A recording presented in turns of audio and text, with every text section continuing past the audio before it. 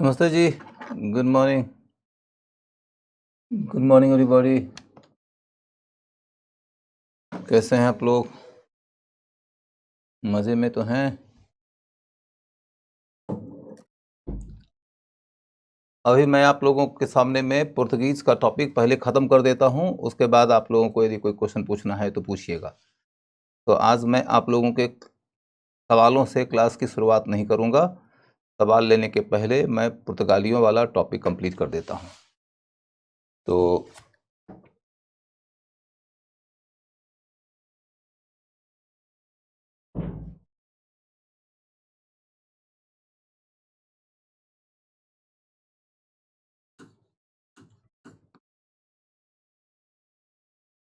पुर्तगाली,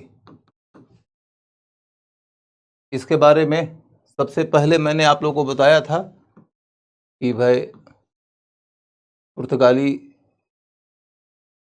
पहला कौन आया था, पहला खोजकर्ता।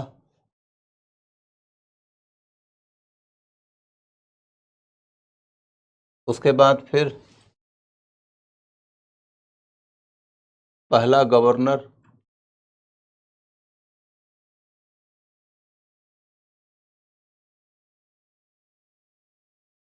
उसके बाद फिर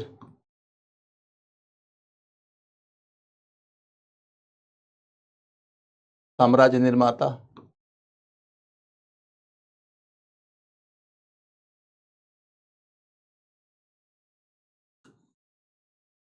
इसके बाद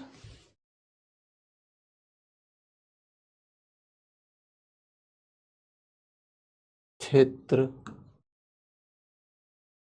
या केंद्र, इनके महत्वपूर्ण केंद्र, इनके अंतर्गत फिर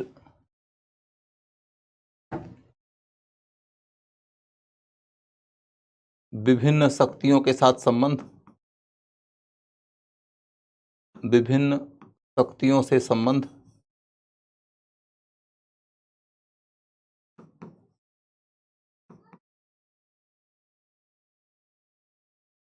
विभिन्न शक्तियों से संबंध,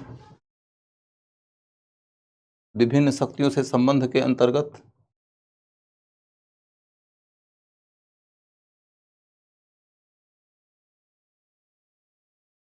जमोरीन,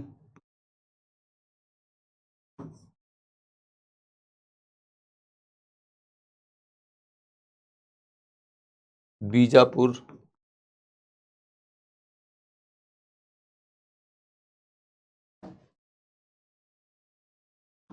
विजयनगर,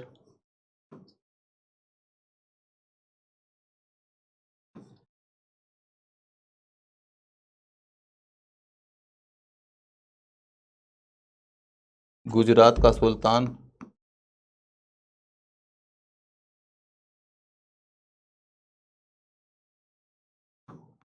मुगल,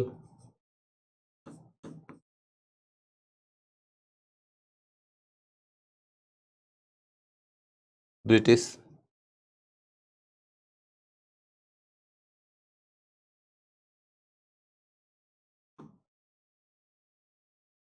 मराठा,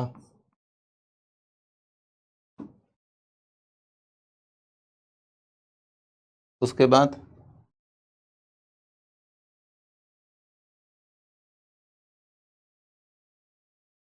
कारतेज, आर्मडा,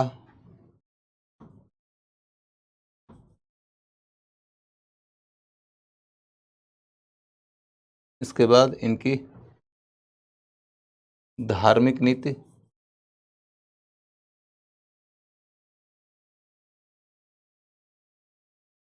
फिर इनका पतन,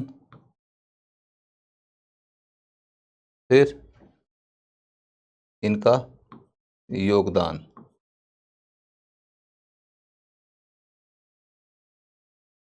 इतने बिंदु हैं जिसके मुताबिक हम लोगों ने कल की पढ़ाई किया था। आप कहेंगे कि दोबारा क्यों लिखा, तो दोबारा इसलिए लिखा क्योंकि 1 मिनट के अंदर रिवीजन भी करा दूंगा। आपको ये मालूम है कि इनका खोजकर्ता कौन था? तो वास्को डी गामा। पहला गवर्नर कौन था?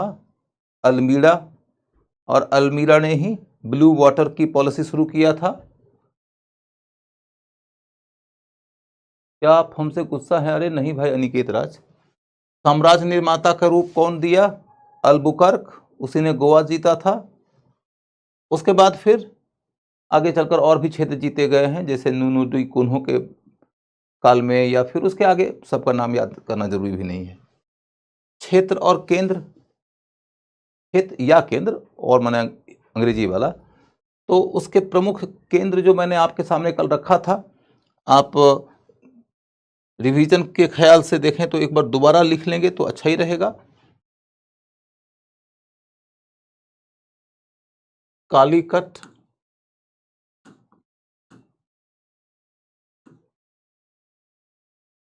कोचीन,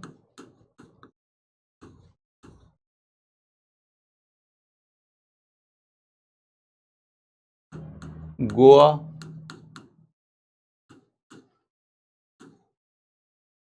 दीव,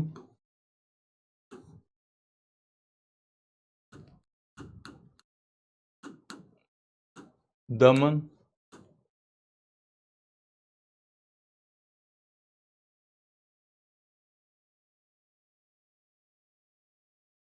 पौंडीचेरी,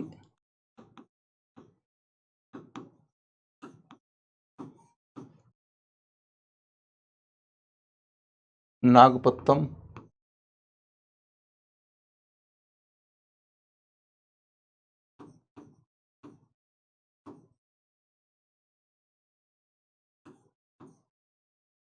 नागपत्तनम,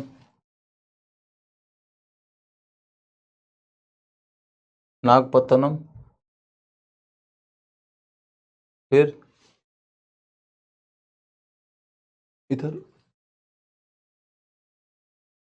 इधर बम्बई छूट गया, बम्बई और तलसिट बसीन।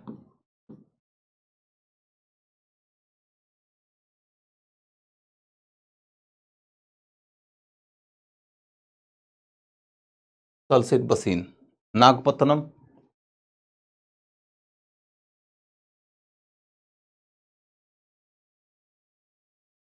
नागपत्तनम, उसके बाद फिर हुगली। ये सारे स्थल हैं, इनके केंद्र हैं। इन केंद्रों के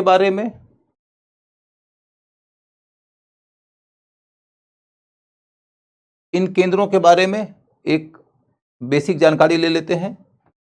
कालीकट किसे लिया था? जमोरिन से। कालीकट किसे लिया था? जमोरिन से।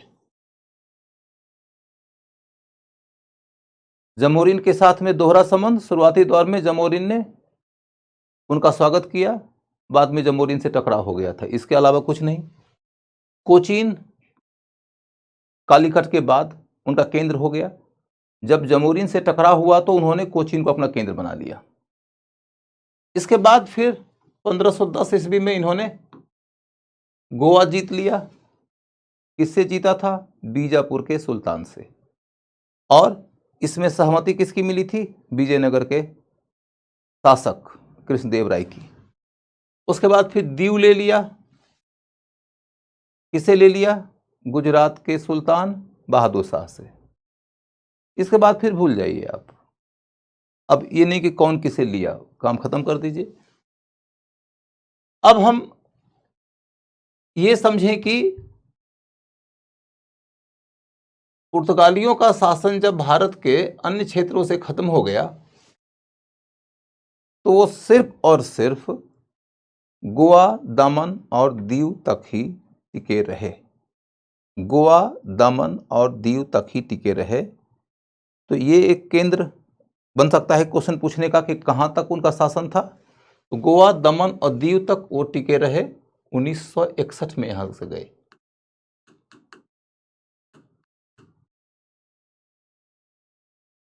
इसके बाद फिर बंबई के मामले में एक इंटरेस्टिंग कहानी क्या है, बंबई 1661 ईस्वी में ब्रिटिश किंग को उपहार में मिला।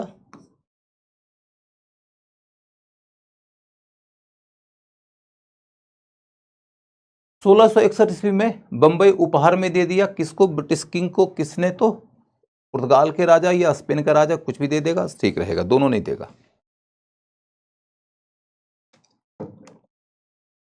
उसके बाद फिर ब्रिटिश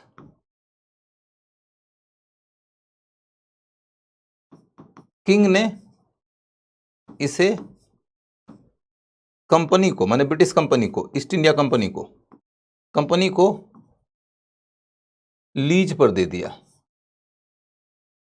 लीज पर दे दिया।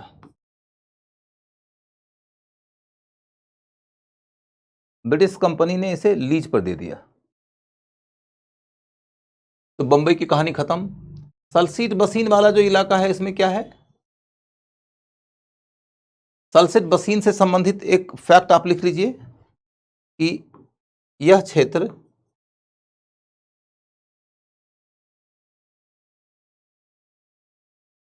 पुर्तगालियों से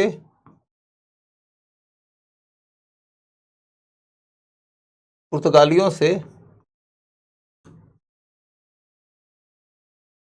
1739 में मराठों ने छीन लिया, ने ले लिया। माने ले लिया का मतलब उधार नहीं लिया, खरीद नहीं लिया, छीन लिया। ये एक महत्वपूर्ण फैक्ट है। इस फैक्ट से जुड़ा हुआ कुछ स्टोरी मैंने आप लोगों को कल के क्लास में बताया था कि ये सलसीट और बसीन का इलाका आगे चलकर मराठों ने अंग्रेजों को दे दिया, तब जबकि पहली दफ़ा अंग्रेज और मराठा की लड़ाई हुई थी 1775 से 82 के बीच में। उसके बाद संधि हुई थी 82 में, तलवाई की संधि, उसी के तहत ये इलाका अंग्रेजों को मिल गया था। बाद में इसी बसीन में 1802 ईस्वी में मराठा पेशवा और अंग्रेजों के बीच में एक संधि हुई थी जिसको हम बसीन की संधि कहते हैं। और उस बसीन की संधि के परिणाम स्वरूप फिर अंग्रेजों और मराठों के बीच में दूसरी बार लड़ाई शुरू हो गई थी। तो लेकिन अब मैं आज इससे संबंधित एक्स्ट्रा फैक्ट बताता हूं। एक्स्ट्रा फैक्ट ये बता देता हूं कि पुर्तगालियों से मराठों ने जब यह क्षेत्र छीना तो उस समय मराठों का नेता कौन था? मराठा पेशवा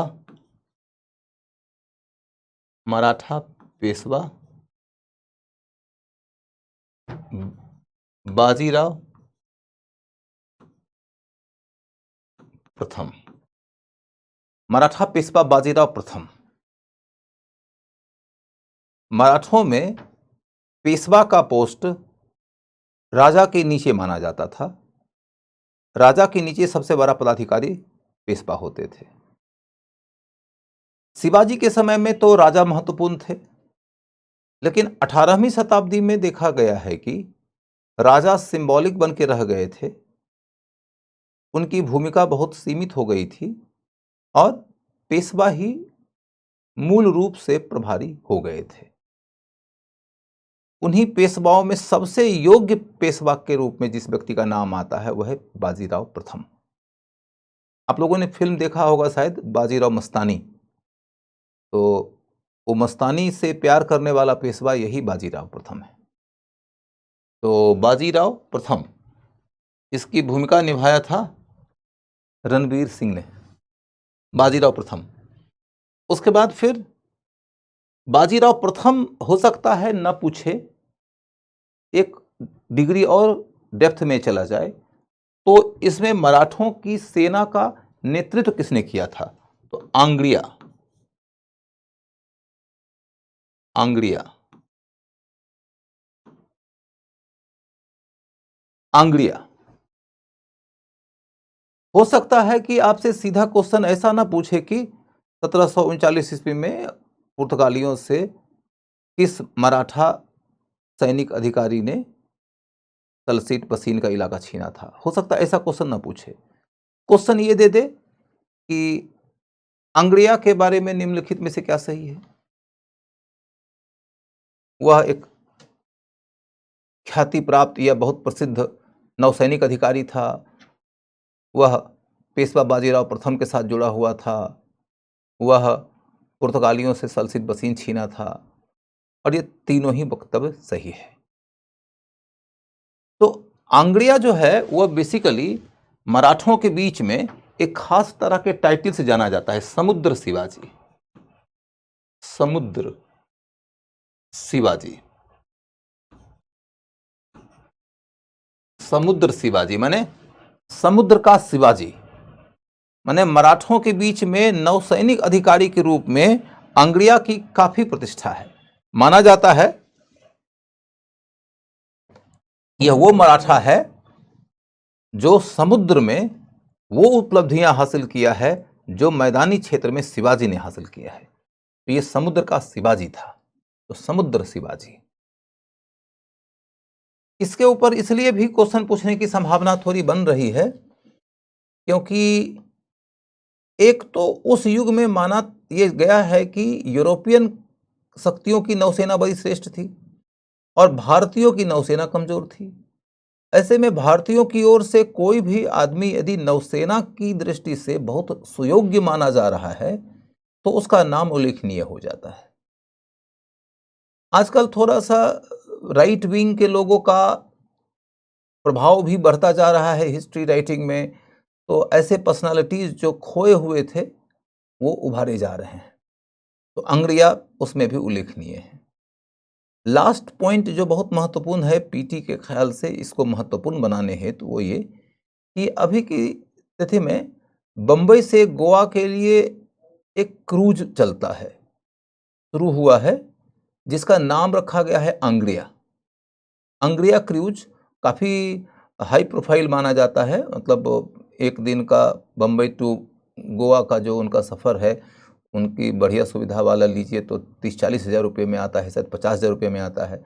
कुछ एक शायद डीलक्स उलक्स वाला कुछ होगा, 1 लाख रुपये में आता है। तो आप समझ सकते हैं कि हाई प्रोफाइल क्रूज है, उसका नाम रखा गया है आंग्रिया। तो आंग्रिया का नाम महत्वपूर्ण हो गया है, क्वेश्चन पूछा जा सकता है। तो कौन है आंग्रिया? तो समुद्र शिवाजी, जिन्होंने कि खेत छीन लिया था पुर्तगालियों से। उसके बाद फिर पौंडीचेरी पे, इतनी ही बात की पौंडीचेरी पे पहले इनका केंद्र था, बाद में पौंडीचेरी चला गया था डेनिस के पास, और उसके बाद फिर अंतोगत्वा चला गया वो फ्रांसीसियों के पास। नागपट्टम में भी इनका केंद्र था, बाद में नागपट्टम किसका केंद्र हो गया था? डचों का। हुगली में इनका केंद्र था, जहां से इनको शाहजहां ने खदेड़ दिया था।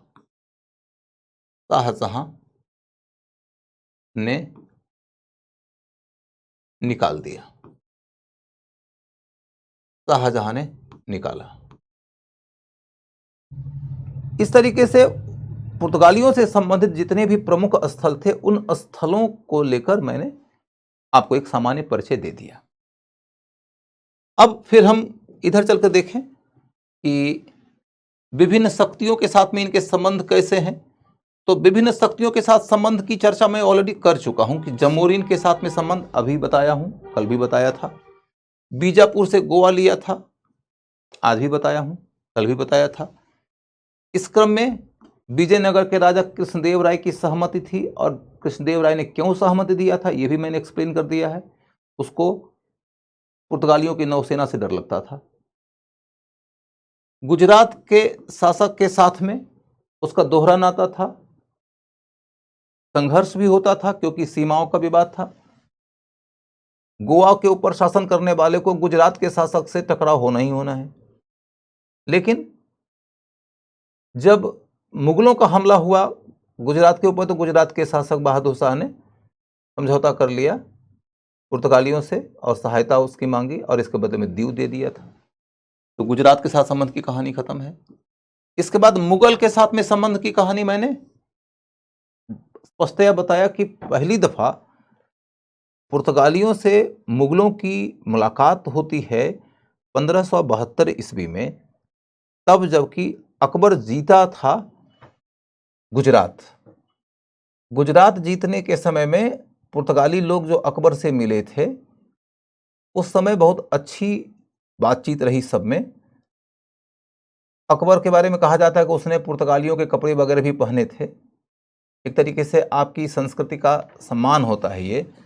और आप लोग देखते होंगे कि जैसे प्रधानमंत्री कहीं जाते हैं हमारे, तो वो पूर्वोत्तर में चले गए तो वहाँ के लोगों के कपड़े पहन लिए, या वहाँ के लोगों का कुछ उन्होंने टोपी धारण कर लिया, वहाँ के लोगों के उन्होंने कुछ एक कोट वगैरह पहन लिया। तो इससे दो तीन बातों की पुष्टि होती है। एक ये कि हमारा प्रधानमंत्री दूसरी संस्कृतियों के प्रति इम्पैथी रखने वाला है। इम्पैथी का मतलब है कि उनके प्रति लगाव, उनके प्रति आदर का भाव रखने वाला है। हालांकि जब अनेक संस्कृतियों के लोगों के साथ में जुड़कर वो ढल जाते हैं तो उन्हें अपनी सीमाएं तय नहीं करनी चाहिए। वो सभी संस्कृतियों के साथ में ऐसा हो सकते हैं, लेकिन इन्होंने कुछ एक जगह पर अपनी आपत्ति जताई है कि नहीं, मैं ये नहीं करूँगा। खैर, जो भी हो। अब देखोगे कि इस तरीके का उदाहरण आपको जवाहरलाल नेहरू के काल में भी मिलेगा। आजकल देखते हैं कि राहुल गांधी भी इस तरीके के कपड़े पहनने लगे हैं। जो भी हो, वॉट एवर इट इज, इसको हम क्या कहना चाह रहे हैं तो ये कि इसको हम बोलते हैं सोशियो कल्चरल इम्पैथी, दूसरी संस्कृतियों के साथ जुड़ाव और लगाव और उनके प्रति सम्मान। जब आप ऐसे पर्सनालिटी के स्वामी होते हैं तो आप बहुत सारे क्षेत्रों के, बहुत सारे समाजों के, बहुत सारे धर्मों के लोगों को जोड़ने में कामयाब हो सकते हैं। अकबर ने यही काम किया कि वहां पुर्तगालियों के कपड़े पहने। वो सोशियो कल्चरल इम्पैथी का उदाहरण है, उनको दिया गया सम्मान है। उसी समय अकबर को उन्होंने कारतेज दिया था। एक कारतेज की कहानी मैंने बता दिया था कि एक कारतेज दिया तो इसका मतलब हुआ कि आपका एक जहाज हमारे इलाके में बिना लाइसेंस लिए, बिना कर दिए उतर सकता है, लेकिन इसका मतलब ये भी हुआ कि दूसरा कोई जहाज उतरेगा तो कारतेज लेना पड़ेगा। इसके बाद फिर दूसरी कहानी यह है कि मुगलों के साथ संबंध की अगली कड़ी जुड़ती है कि ईसाई मिशनरी के लोग जाते हैं अकबर के दरबार में और धर्म प्रचार की कोशिश करते हैं। फादर मोन्सरेट और एक्वाबीबा, इनका नाम उल्लेखनीय है। फादर मोन्सरेट और एक्वाबीबा जो अकबर के यहाँ गए हैं, अकबर के समय में काफी लंबे समय तक वहां रहे भी हैं।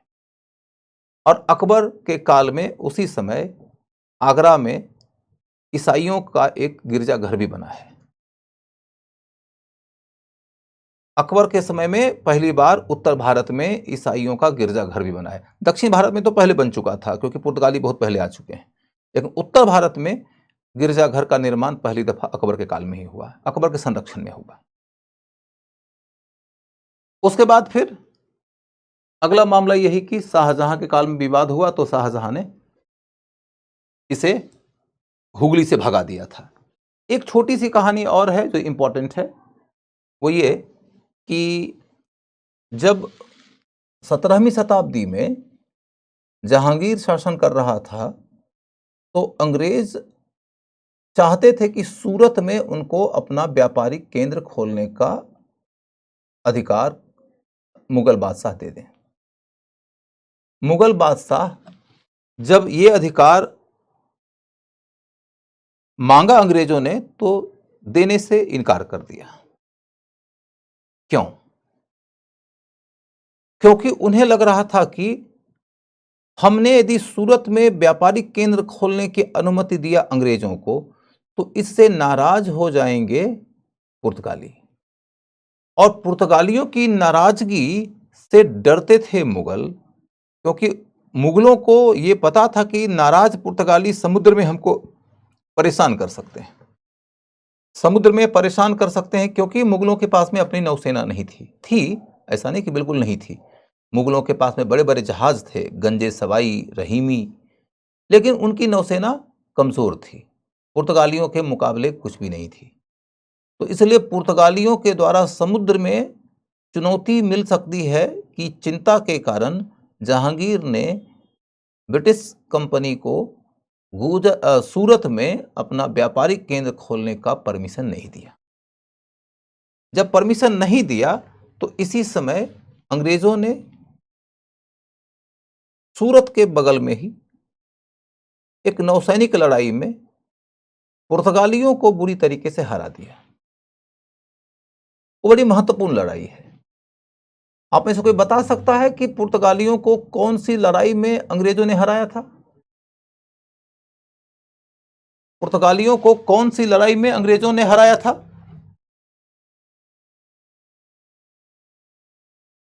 ब्रिटिश वर्सेस पोर्तुगीज की लड़ाई कौन सी हुई थी, जिसमें कि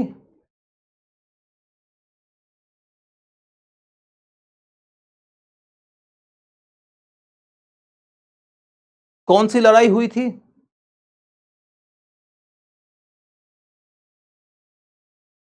पलासी की लड़ाई कहां है? स्वाली की लड़ाई, स्वाली की लड़ाई,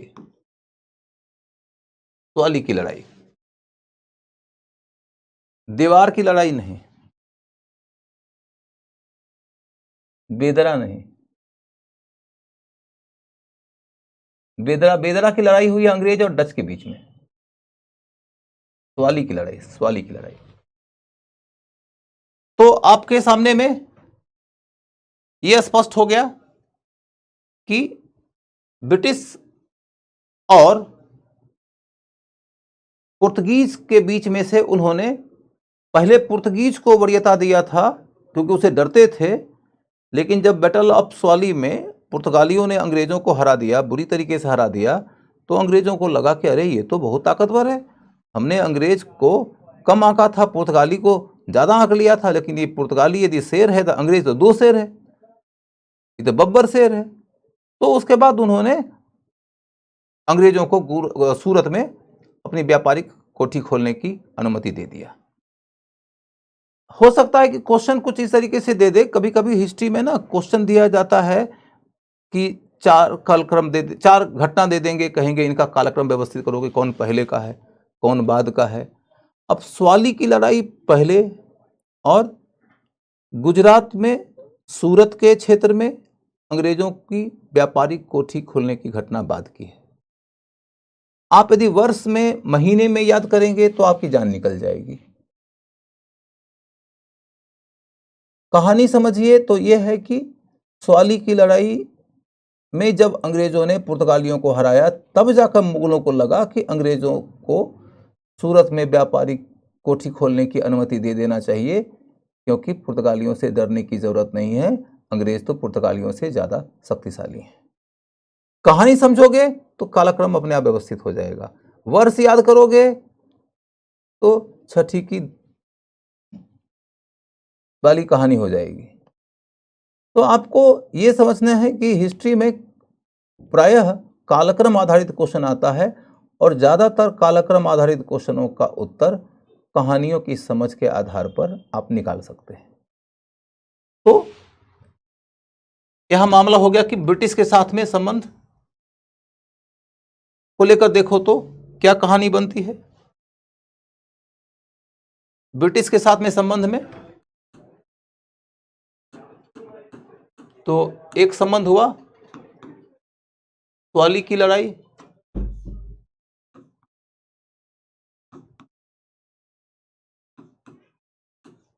और दूसरा संबंध क्या हुआ,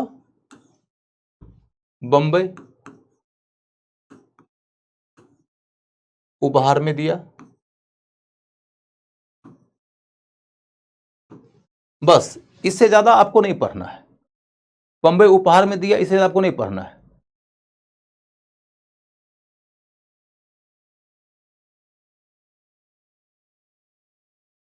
इसके बाद फिर मराठा। मराठा के बारे में मैंने ऑलरेडी आपको बता दिया। अब देखो कुछ बच्चे ऐसे हैं जो सजेशन पिलाने में ऐसा कंफर्ट लेवल फील करते हैं जैसे लगता है कि वो अमृत पिला रहे हैं, या फिर इतने डरे हुए हैं, इतने सहमे हुए हैं, इतने घबराए हुए हैं कि उन्हें लगता है कि कोई यदि मेरी उंगली पकड़ के लिखवा दे नोट्स तो मेरा नोट्स तैयार हो जाए। तुम इतने सजेस्टिव मत बनो कि जो तुमसे बहुत ज्यादा ज्ञानी अनुभवी हैं उनके सामने अपना सजेशन का घुट्टी लेकर बैठ जाते हो कि लो पिलाओ, लो पी लो। इतने सजेस्टिव मत बना करो। और दूसरी बात है कि इतना डर के, इतना घबरा के भी मत तैयारी करो। यार कलेक्टरी की तैयारी कर रहे हो। मैंने बड़े कैटेगोरिकली तुम लोगों को कल बताया कि मैं कौन से पैटर्न पर नोट्स तैयार करवा रहा हूं तुम्हारा। आज के क्लास की बात मैंने कहा कि कल जितना मैंने बता दिया था मैं उसे रिवाइज करवा रहा हूं। रिवाइज कराने के वक्त में भी लिखाना पड़ता है क्या? मूर्खता की कौन सी पाठशाला में डिग्री लेकर आए हो तुम? रिवाइज करने के वक्त में भी लिखवाया जाता है।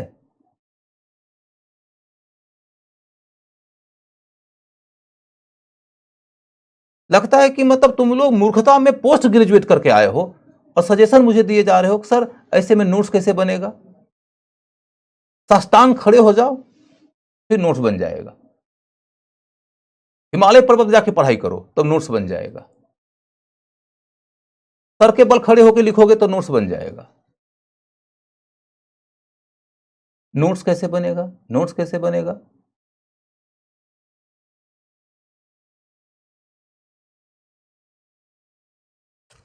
रिवाइज करने के वक्त लिखवाया जाता है जी।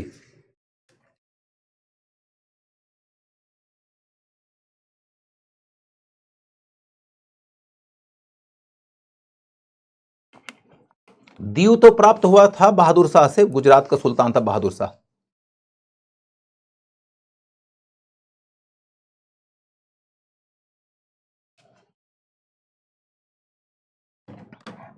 फिर आपके सामने में यह स्पष्ट हो गया कि कौन से शासक के साथ, कौन सी शक्ति के साथ में पुर्तगालियों की क्या से क्या नीति रही थी। यहां तक की कहानी के बाद अब आगे है कारतेज आर्मडा की पद्धति। कारतेज क्या होता है? एक लाइसेंस होता है। लाइसेंस जिसके लिए आपको एक रकम चुकाना पड़ेगा। इस रकम के भुगतान के बाद आपको कारतेज यानी लाइसेंस पुर्तगाली देते थे और उसी कारतेज के साथ आप पुर्तगालियों के प्रभुत्व वाले समुद्री इलाके में अपने जहाज के साथ उतर सकते थे। रास्ते में पुर्तगाली अधिकारी मिलेंगे, आपका लाइसेंस चेक करेंगे, कारतेज आप दिखा देंगे तो आप आगे जा सकते हैं, नहीं दिखा पाए तो जहाज जब्त कर लिया जाएगा। इसके माध्यम से पुर्तगालियों को आमदनी होती थी। फिर दूसरा मुद्दा क्या है कि कारतेज लेकर भी यदि आप समुद्र में चले गए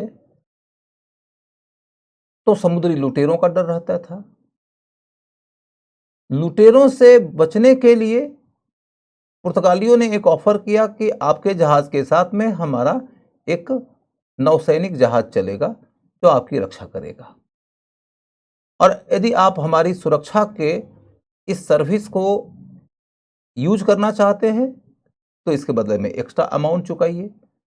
और ये पुर्तगालियों की आमदनी का महत्वपूर्ण स्रोत हो गया, जिसको कारतेज आर्मडा या कारतेज काफिला पद्धति भी कहते हैं। माने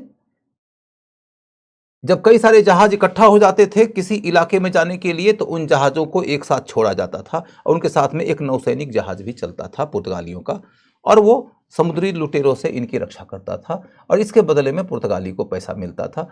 ये पुर्तगालियों की आमदनी का अच्छा स्रोत हुआ करता था। यहां तक का सारा मुद्दा मैंने कल के क्लास में आपको बता दिया था, लिखा भी दिया था। अब हम इसे रिवाइज कर चुके।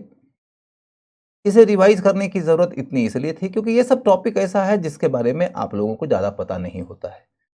तो शुरुआती दौर में ही आप गति पकड़ने के चक्कर में मिस डायरेक्टेड न हो जाइए। तो इस वजह से मैंने उसे प्रॉपरली रिवाइज करवा दिया। अब चीजें आपको याद हो गई होंगी। इसके आगे का मामला है धार्मिक नीति, पतन का कारण और योगदान। ये आपने कल के क्लास में नहीं पढ़ा था, तो धार्मिक नीति को लिखना शुरू कर दीजिए। धार्मिक नीति,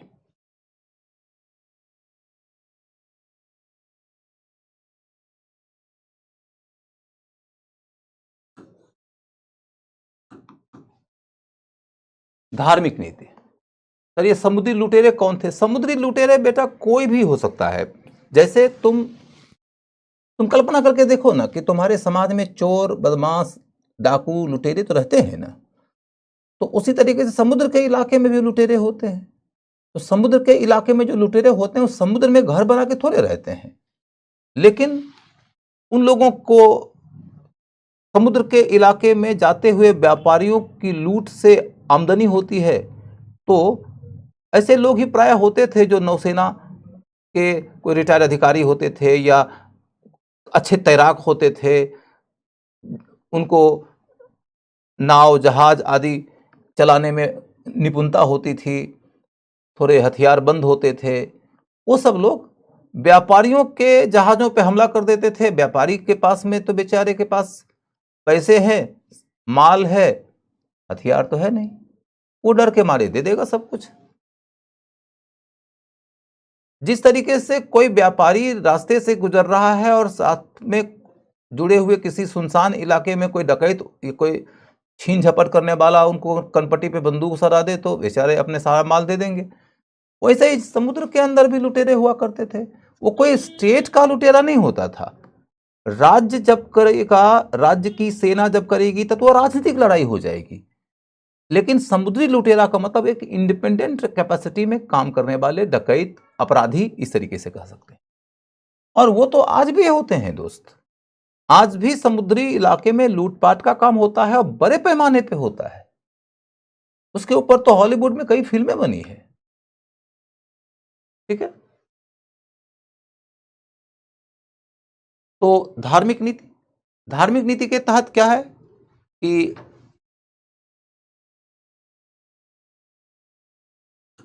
पुर्तगाली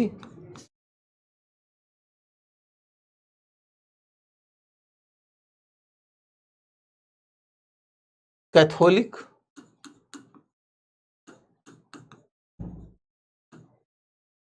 ईसाई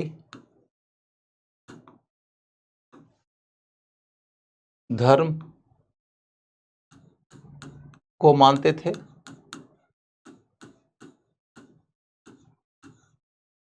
कैथोलिक ईसाई धर्म को मानते थे। यहां पर ना आपको थोड़ी सी समझदारी इस तरीके से दिखाने की जरूरत पड़ेगी कि पुर्तगाली के अलावे कई कंपनियां और आई हैं जो मैंने कल दिखाया था आपको। पुर्तगाली है, उसके बाद में डच है, ब्रिटिश है, फिर डेनिश है और फ्रेंच है। मैंने संक्षेप में लिखा क्योंकि कल मैंने पूरा नाम तो लिखा ही है, बोल तो रहा ही हूं। डच माने जो हॉलैंड से आए थे। ये लोग आए थे जहां से वहां पर प्रोटेस्टेंट धर्म है। प्रोटेस्टेंट धर्म, प्रोटेस्टेंट धर्म था वहां पर। और यहां भी जो ब्रिटिश लोग थे वो भी प्रोटेस्टेंट थे। प्रोटेस्टेंट, डेनिश भी प्रोटेस्टेंट थे।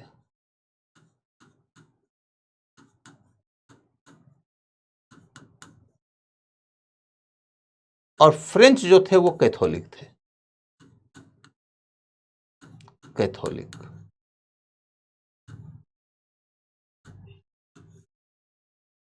आप ये समझिए कि ईसाई धर्म के अंदर दो धाराएं हैं, एक है कैथोलिक, एक है प्रोटेस्टेंट। अब कैथोलिक और प्रोटेस्टेंट के बीच में क्या अंतर है ये आपके सिलेबस की चीज नहीं है, आप वो मत पूछिए, मत जानिए। जब पुर्तगाली लोग आए थे भारत में उस समय प्रोटेस्टेंट धर्म पैदा भी नहीं हुआ था। 16वीं शताब्दी के दौरान कैथोलिक धर्म की कुछ कुरीतियों, उनकी कुछ गलतियों के विरोध में यानी प्रोटेस्ट में एक आवाज उठी और इसके तहत यह बात कही गई कि वास्तविक ईसाई धर्म क्या है। यानी कि इन्होंने अपनी ओर से यह बताया कि असलियत में ईसाई धर्म वो है जो हम कह रहे हैं। इस तरीके से जो धर्म उभरा उसको कहते हैं प्रोटेस्टेंट धर्म, यानी ट्रेडिशनल परंपरागत ईसाई धर्म यानी कैथोलिक धर्म के विरोध से निकला हुआ धर्म प्रोटेस्टेंट धर्म है। ये भी ईसाई, वो भी ईसाई, दोनों ईसाई हैं। दोनों का अपना अपना दावा यह है कि ईसाई धर्म सच में क्या है वो हम जानते हैं। यानी दोनों गॉड को मानते हैं, दोनों ईसा मसीह को मानते हैं, दोनों बाइबल को मानते हैं, लेकिन गॉड, ईसा मसीह और बाइबल की व्याख्या दोनों अलग अलग तरीके से करते। तो दोनों ही ईसाई हैं। ईसाई माने वो जो ईसा मसीह को माने, जो ये माने कि ईसा मसीह ईश्वर की संतान है और उन्होंने दुनिया के कल्याण हेतु ईश्वर का दिया गया ज्ञान संसार के समक्ष रखा, जो कि बाइबल है। जो लोग इतनी बात को मानते हैं वो ईसाई होते हैं। अब प्रश्न ये उठता है कि गॉड और ईसा मसीह और बाइबल की शिक्षाएं क्या हैं। इनके अंतर्गत बाइबल में जो बातें कही गई है उसका असल मीनिंग क्या है, उसका भावार्थ क्या है। इसमें इंटरप्रिटेशन का डिफरेंस होता है। इसी आधार पर दो ग्रुप बना, एक बना कैथोलिक, एक बना प्रोटेस्टेंट। तो पुर्तगाली जो थे वो कैथोलिक थे। इनका धार्मिक व्यवहार कट्टर था, व्यवहार कट्टर था। यानी कि जितने भी यूरोपीय भारत में आए हैं उनमें से किसकी धार्मिक नीति सबसे ज्यादा कट्टर थी, तो पुर्तगालियों की।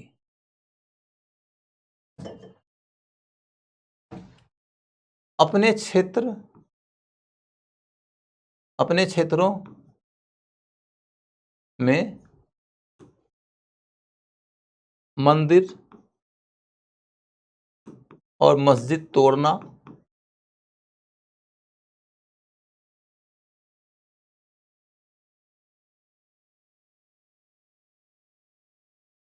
बलपूर्वक धर्मांतरण कराना,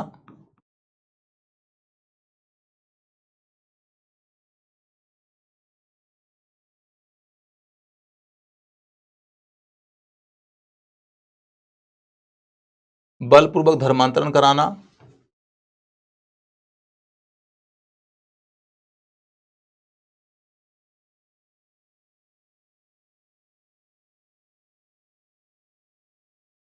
एवं भारतीय महिलाओं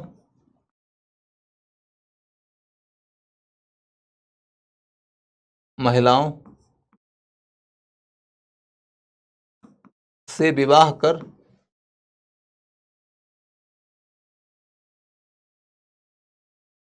संतान पैदा करना,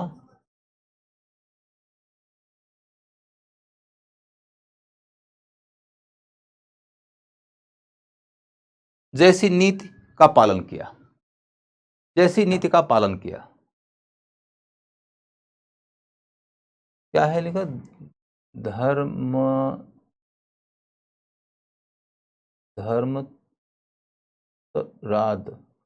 क्या लिखा है, धर्मांध। मैंने क्या वर्ड लिखा है, तुम हिंदी में लिख दो भैया। तुम रोमन लिपि में हिंदी लिखोगे तो कई दफा पढ़ने में भी दिक्कत होती है। आधुनिक भारत का पीडब्ल्यू का संपूर्ण नोट्स नहीं मिला है सर। बेटा ये एडमिनिस्ट्रेटिव डिपार्टमेंट का काम है, आप उनसे बात करिए, मैनेजमेंट वालों को ये मैसेज भेजिए, मुझे नहीं मालूम है, क्योंकि उस नोट्स के देने वेने में मेरी भूमिका नहीं होती है, तो ये भूमिका उनकी है, वो जानेंगे। जो भी हो, पुर्तगाली कैथोलिक ईसाई धर्म को मानते थे। इनका धार्मिक व्यवहार कट्टर था। अपने क्षेत्रों में मंदिर मस्जिद तोड़ना, बलपूर्वक धर्मांतर कराना एवं भारतीय महिलाओं से विवाह कर संतान पैदा करना, ये इनकी नीति थी।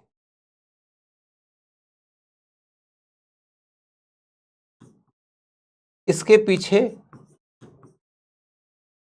पोप के संरक्षण, इसके पीछे पोप के संरक्षण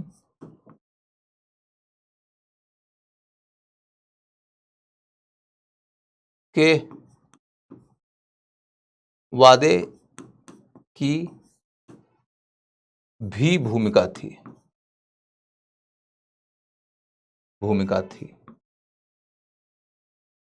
इसके पीछे पोप के संरक्षण के वादे की भी भूमिका थी। ये बड़ी महत्वपूर्ण बात है, आपने इसे लिख लिया।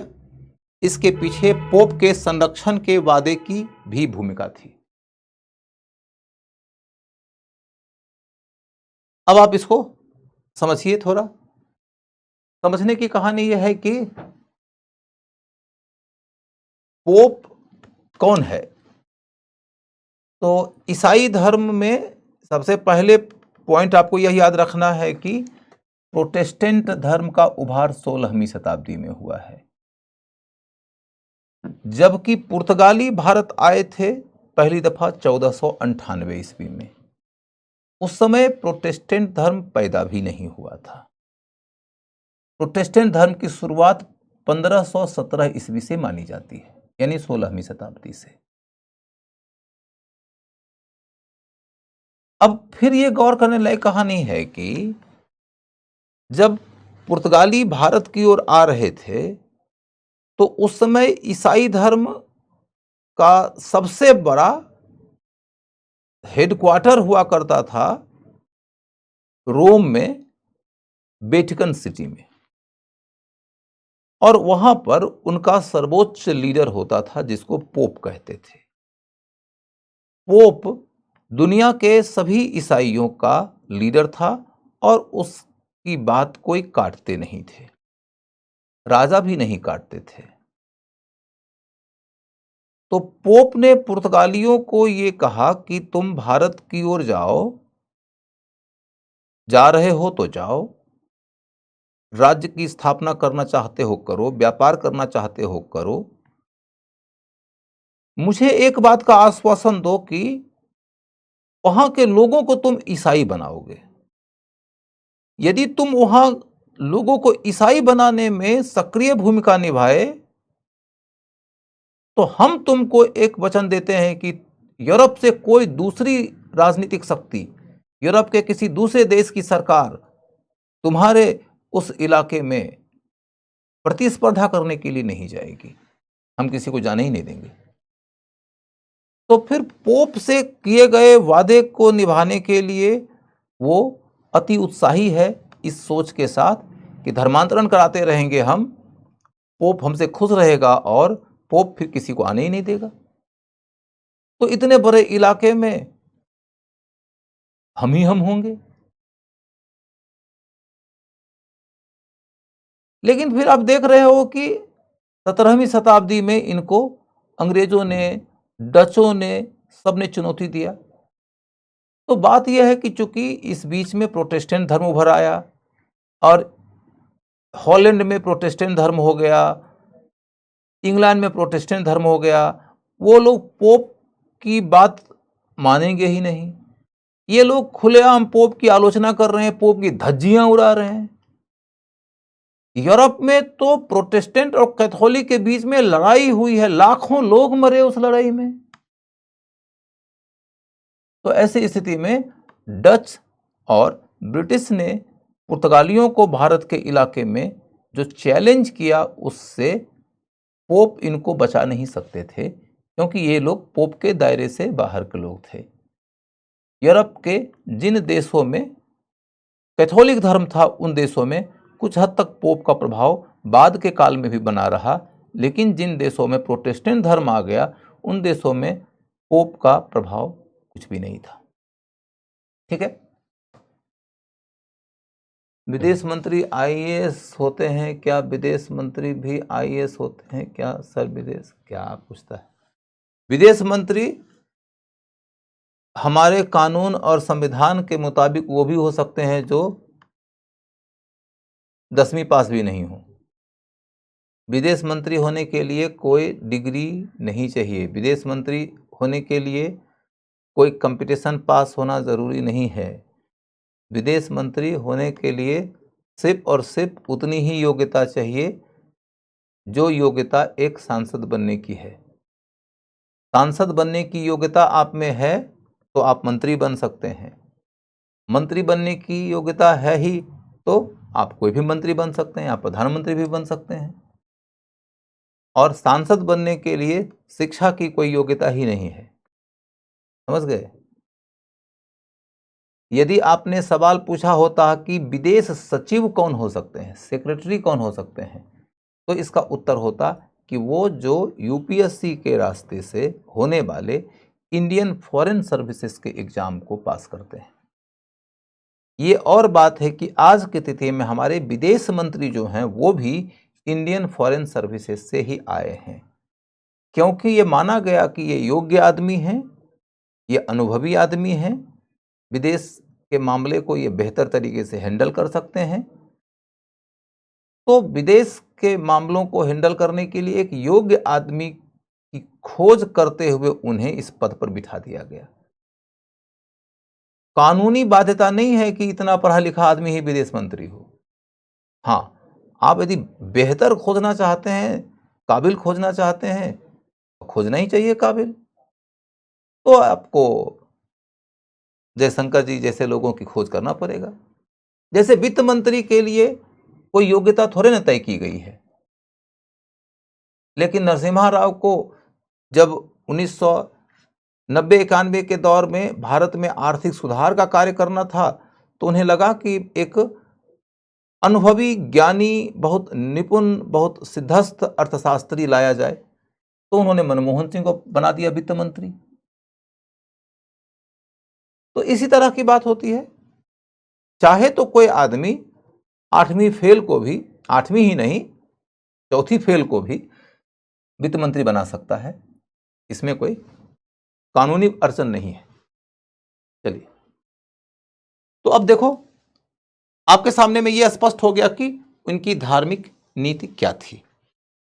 इसमें एक छोटा सा फैक्ट आप लिख लो कि भारतीय महिलाओं से विवाह करके संतान उत्पन्न करने की जो नीति थी यह अलबुकर्क ने शुरू किया था। अलबुकर्क ने शुरू किया था। भारतीय महिलाओं से विवाह करके संतान उत्पन्न करने की नीति अलबुकर्क ने शुरू किया था। क्लियर है? अब इतनी कहानी में हम कह सकते हैं कि भैया धार्मिक नीति का मामला तो पूरा हो गया। तब है पतन। पतन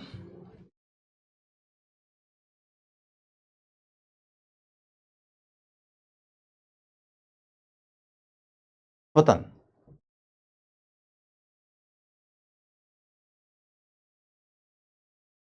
पतन में कौन इनका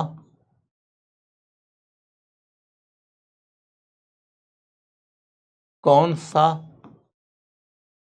क्षेत्र छीन लिया?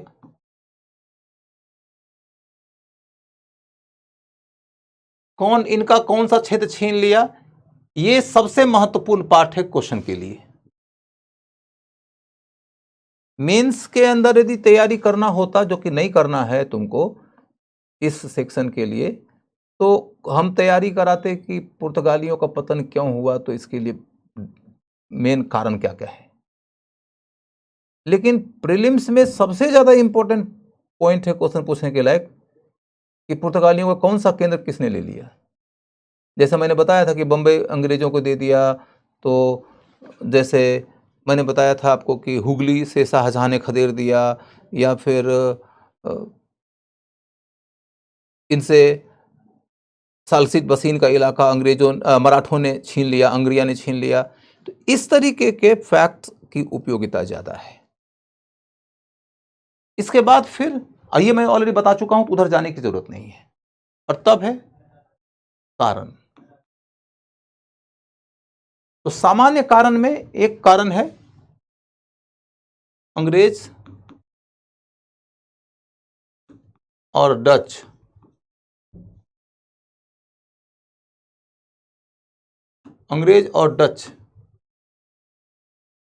की नौसेना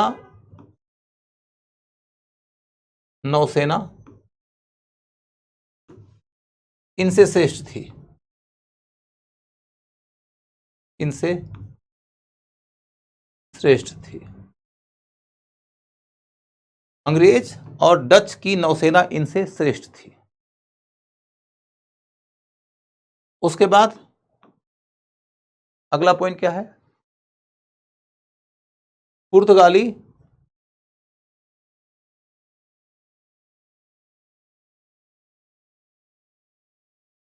की धार्मिक नीति कट्टर थी। धार्मिक नीति कट्टर थी। तो इसलिए इनका कभी भी भारत के आम लोगों के साथ में भावात्मक और सामाजिक विकास या गठजोड़ नहीं हो पाया। तो यह भी इनके पतन का एक कारण बन गया। और पोप का संरक्षण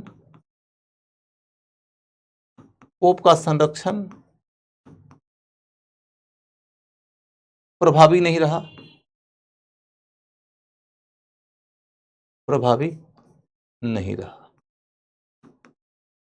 मैंने पोप ने कहा था कि जाओ आगे बढ़ो, तुम्हारे पीछे से कोई नहीं आएगा यूरोप से।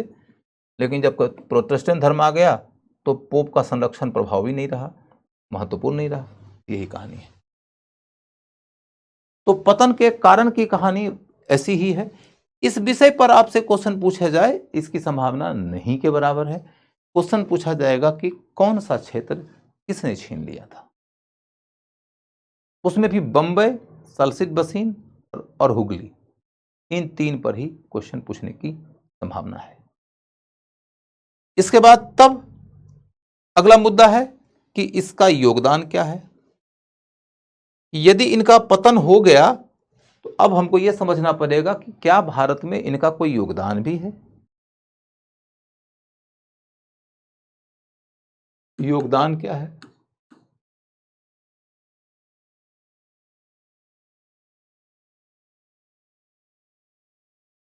योगदान की बात करके देखो तो एक महत्वपूर्ण योगदान यह है कि इनके रास्ते भारत में पहली दफा प्रिंटिंग प्रेस का आगमन हुआ। प्रिंटिंग प्रेस का आगमन हुआ। तो हिस्ट्री ऑफ प्रिंट जब पढ़ोगे तो भारत ही नहीं, दुनिया के किसी भी देश में प्रिंट का आना, किताबों का ज़्यादा छपने लगना, अखबारों का छपने लगना, पेंटिंग्स वगैरह का छपने लगना, ये सब अपने आप में क्रांतिकारी परिवर्तन लेकर आता है। इससे विचार फैलते हैं, इससे शिक्षा फैलती है, इससे क्रांतियां होती हैं, इससे संविधान बनता है। क्योंकि विचारों से परिवर्तन आता है, लेकिन विचारों का प्रचार चाहिए, उसका प्रसार चाहिए। प्रसार के लिए क्या चाहिए? प्रिंटिंग। चाहे किताब के रास्ते हो, चाहे अखबार के रास्ते हो, पत्रिका के रास्ते हो, चाहे फोटोज के रास्ते हो, फोटो की प्रिंटिंग होती है। तो हिंदुस्तान में प्रिंटिंग के प्रेस की शुरुआत के लिए पुर्तगीज का एक अहम योगदान है। ये क्वेश्चन पूछा जाएगा। दूसरा पॉइंट क्या है कि सर क्या इन के धर्म परिवर्तन से इन्हें जनता का आक्रोश झेलना पड़ा। भैया झेलना पड़ा, मैंने कहा कभी इनका भारतीय लोगों के साथ सामाजिक संबंध नहीं हो पाया, तो हो तो गया, अब इसमें पूछने लायक क्या बात बची है। अब अगला मुद्दा है कि गोथिक कला शैली का विकास हुआ। गोथिक कला शैली का विकास। गोथिक कला शैली क्या है? गोथिक कला शैली का मतलब होता है जिस शैली के तहत आपने गिरजाघरों को बना हुआ देखा होगा, उस तरीके के भवन निर्माण की कोई भी परंपरा भारत में नहीं थी।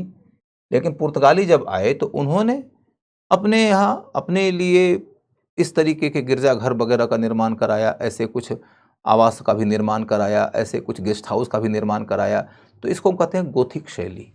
गोथिक एक स्थापत्य की शैली है। गोथिक स्थापत्य की शैली है। स्थापत्य माने भवन निर्माण। गोथिक स्थापत्य शैली की शुरुआत होती है। इसके बाद फिर अगला मामला क्या है? तो अगला मामला यह है कि कई नए फसल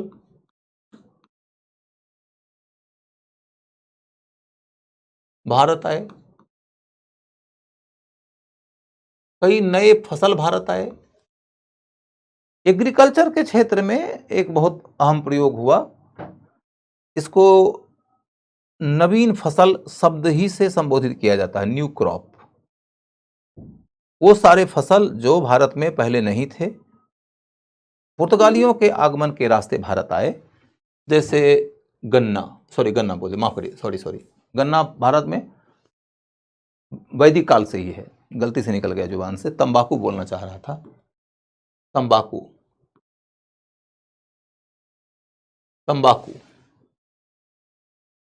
आलू, पपीता, काजू, अनानास,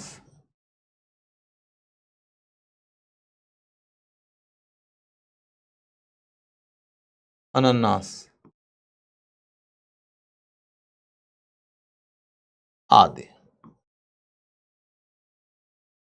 अब लंबा लिस्ट लेने की जरूरत नहीं है। ये वो फसल हैं जो भारत में पहली दफा पुर्तगालियों के आगमन के रास्ते आए हैं।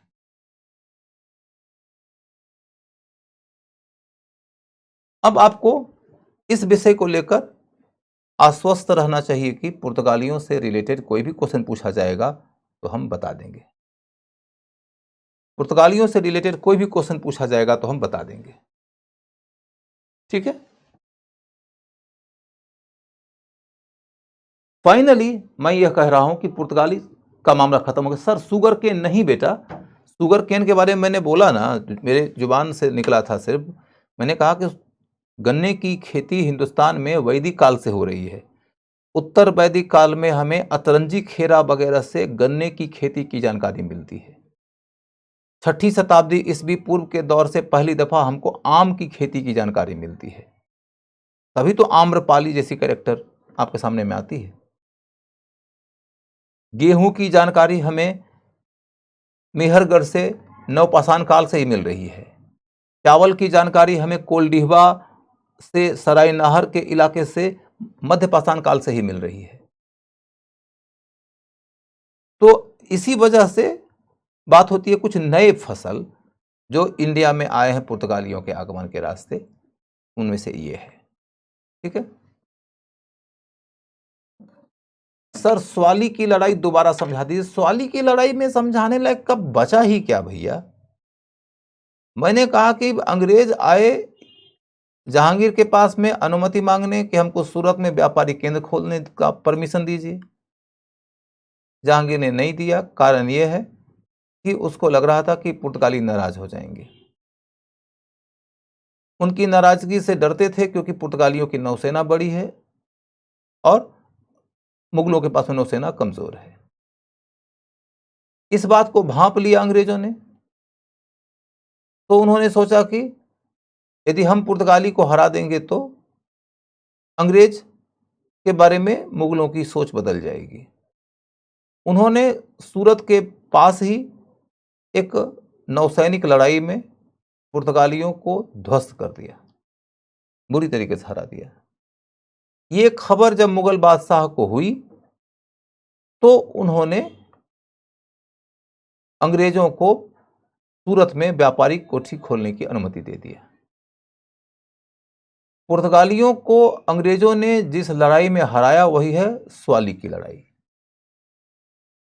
स्वाली की लड़ाई के ऊपर आज तक क्वेश्चन नहीं पूछा गया है। मैं गेसबर्ग के तरफ पर बोलता हूं कि ये आगे पूछा जा सकता है, और हो सकता है कि क्वेश्चन ऐसे पूछे, स्वाली की लड़ाई दे दे, सूरत में अंग्रेजों की व्यापारिक कोठी खुलने की बात दे दे, और ऐसे ही एक दो और घटना दे दे, और पूछे कि इनका कालक्रम व्यवस्थित करिए कि कौन घटना पहले की है, उसके बाद की कौन है, उसके बाद की कौन है। तो कालक्रम व्यवस्थित करने के लिए यदि क्वेश्चन देता है तो कई दफा ऐसा होता है कि दो तीन घटना जो एकदम करीब की होती है वैसा क्वेश्चन आ जाता है, तो बच्चे उसे याद करने के दौर में एकदम घबरा जाते हैं। मुश्किल है याद करना, और उससे ज़्यादा मुश्किल है याद रखना। लेकिन आपको ये देखने की कोशिश करना चाहिए कि कहीं इस तरह की घटनाओं में कुछ आपसी कनेक्ट तो नहीं है। प्रायः आपको कोई ना कोई कनेक्ट मिल जाएगा।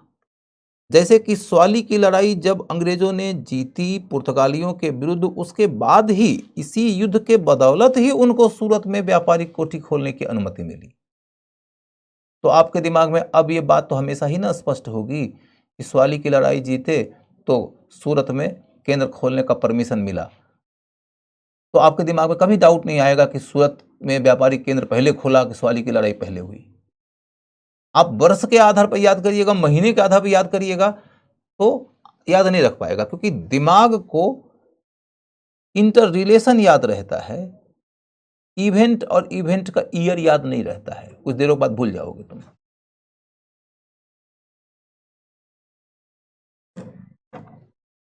चलो अब आगे बढ़ो। अब मामला हमारा खत्म हो जाता है तो हम शुरू करते हैं अब डच। डच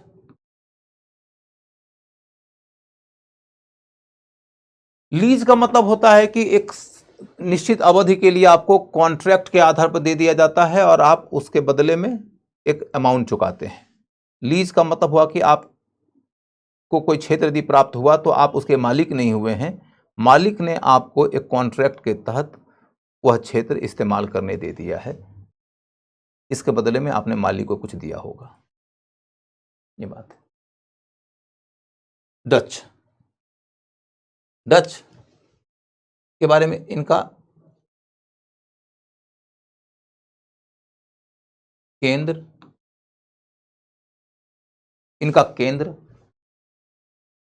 फिर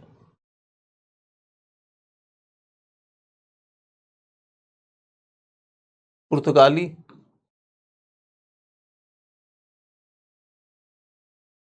से संबंध,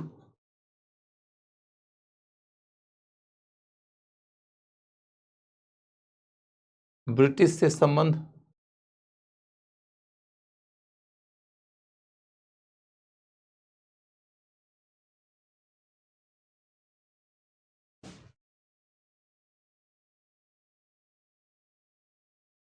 भारत में योगदान, भारत में योगदान। मैंने आपको कल के क्लास में ही बताया था कि डचों के बारे में आप एक पैराग्राफ से ज्यादा कुछ नहीं पढ़िए। साहिल क्या है तुम्हारा डाउट, पूछ दो।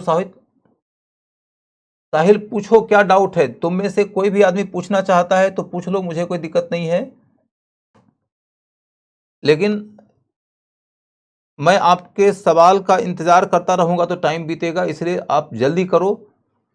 फसल में चिली पाउडर है first all, chilli powder, chilli तो हिंदुस्तान में बहुत पुराना है यार। अब पाउडर का फसल नहीं होता है दोस्त। सर कुछ लोग, चलो चलो वो सब छोड़ लो। स्वीडिश नहीं, डेनिश आई थी, उसके पहले ही आई थी। चलो,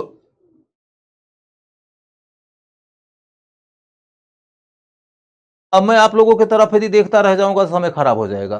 sir left wing right wing क्या है? इस क्लास में लेफ्ट विंग राइट विंग बोलने की क्या जरूरत है ज्यादा? अभी मैंने आपको बताया राइट विंग के बारे में बस एक लाइन की, अभी सरकार में लोग जो हैं उनको पसंद है, लेकिन इस क्लास की जरूरत नहीं है, मैं उतना ज्यादा डिटेल में नहीं जाऊंगा। चलो, डच के बारे में सबसे पहला पॉइंट, इनके प्रमुख केंद्र कौन कौन से हैं? तो एक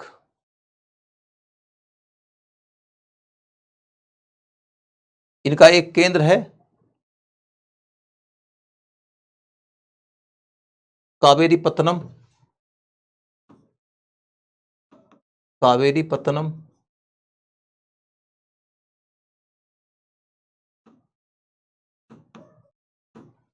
पुलिकट,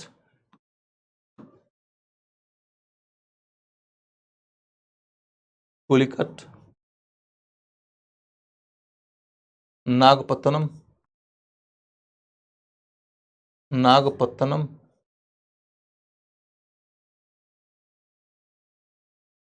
पुलिकट, नागपत्तनम।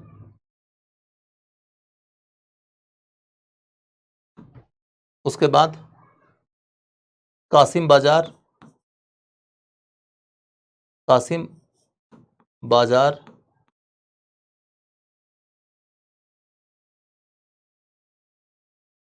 ढाका,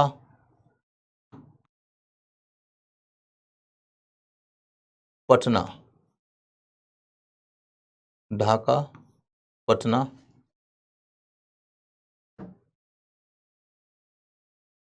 ये इनके प्रमुख केंद्र हैं।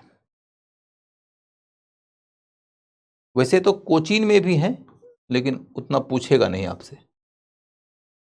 कोचीन में भी हैं। कोचीन का जो इलाका था, पहले पुर्तगालियों ने वहां केंद्र खोला, पुर्तगालियों के बाद वहां डच ने खोला, फिर डचों के बाद वो ब्रिटिश के हाथ में आ गया। उतनी डिटेल में मत चाहिए। इनसे पूछने लायक जो जगह है वो मूल रूप से 3 है जो आपको याद रखना चाहिए। वो ये है, ये 3 स्थल हैं जिनको लेकर क्वेश्चन पूछा जा सकता है। सर मैं 80% विकलांग हूं, क्या संस्था या आप कुछ सहयोग करेंगे? देवेंद्र जीत, बेटा संस्था के सहयोग की बात तो संस्था करेगी, क्योंकि संस्था मेरी नहीं है, तो मैं अपनी ओर से संस्था की कोई बात नहीं कह सकता। मैं संस्था के अंदर एक गेस्ट टीचर हूं, तो बतौर टीचर मैं आपकी सहायता करने के लिए बिल्कुल तैयार रहूंगा। आप मुझसे बतौर शिक्षक जो भी सहयोग की उम्मीद करते हैं वो बता सकते हैं। आंसू कुमारी, बेटा क्या है आप हेल्प हेल्प मी शायद बोलना, हाँ। तो बेटा तुम बताओ कि क्या पूछना चाहती हो, क्या सहयोग चाहिए आपको, आपकी सहायता किस तरीके से करूं, सो बोलो। पीडब्ल्यू का संपूर्ण बुक लूं या आपकी बताई हुई बुक? पीडब्ल्यू की संपूर्ण बुक के बारे में मुझे नहीं मालूम है कि उसमें संपूर्ण बुक में क्या क्या बातें होंगी। मैं जो किताब पढ़ने के लिए बोल रहा हूं वो एक बेसिक टेक्स्ट है, बड़े विद्वान के द्वारा लिखी गई किताब है, उसको पढ़िए। पीडब्ल्यू की संपूर्ण बुक नोट्स होगी। नोट्स पढ़ना तभी उपयोगी होगा जब आप एक बेसिक टेक्स्ट भी पढ़ते हैं। यदि आप सोच रहे हैं कि हम कम से कम किताब पढ़ें, तो भी आपको एनसीईआरटी तो पढ़ना ही चाहिए। हर सेक्शन से संबंधित एक एक किताब तो पढ़ना ही चाहिए। हालांकि हम जैसे लोगों की ये बातें थोड़ी अलोकप्रिय होती हैं, क्योंकि आपको कई दफ़ा जादू की छड़ी चाहिए ही होती है कि जिसमें कोई आके कहे अरे पढ़ने की क्या ज़रूरत है, मैं हूं ना, ये नोट्स दे दूंगा तो हो जाएगा। ये वो लोग हैं जो साल भर तुम्हें मूर्ख बनाते हैं, ये धूर्त लोग होते हैं, और इनकी धूर्तता से और तुम्हारी मूर्खता से जो अंतिम परिणाम आता है वह है तुम्हारे आंखों से खून का आंसू। आप लोगों को यदि सच मामले में आईएएस की तैयारी करके आईएएस बनना है, तो अपने माथे के ऊपर अभिलेख की तरह छपवा लो कि किताब पढ़ना पड़ता है। और यदि तुमको सिर्फ तैयारी करके संतुष्टि चाहिए, तब तो सिर्फ कोचिंग में एडमिशन लो, मजे लो, आपस में बातचीत करो, एक दूसरे के साथ में टांग खिंचाई करो, एक दूसरे के साथ में और भी तमाम प्रकार के आदान प्रदान किया करो, जुबान से लेके दिल तक। उसके बाद फिर हंसते हंसते कट जाएंगे रास्ते। कुछ समय तक ये रास्ते कटते रहेंगे हंसते हंसते, उसके बाद में फिर रास्ते तो फिर भी कटेंगे, लेकिन रोते रोते।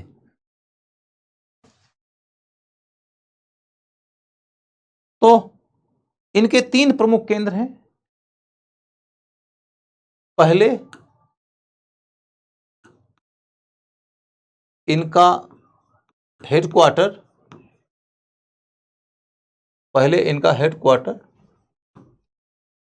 था पुलिकट में,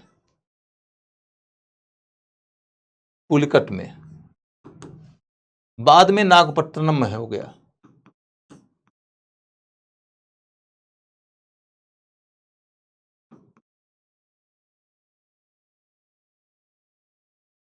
बाद में नागपट्टनम में हो गया।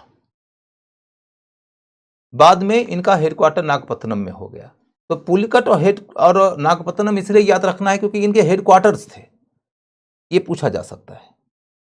जैसे आप देखो, इस बार क्वेश्चन पूछा ना धान्य कटक को लेकर।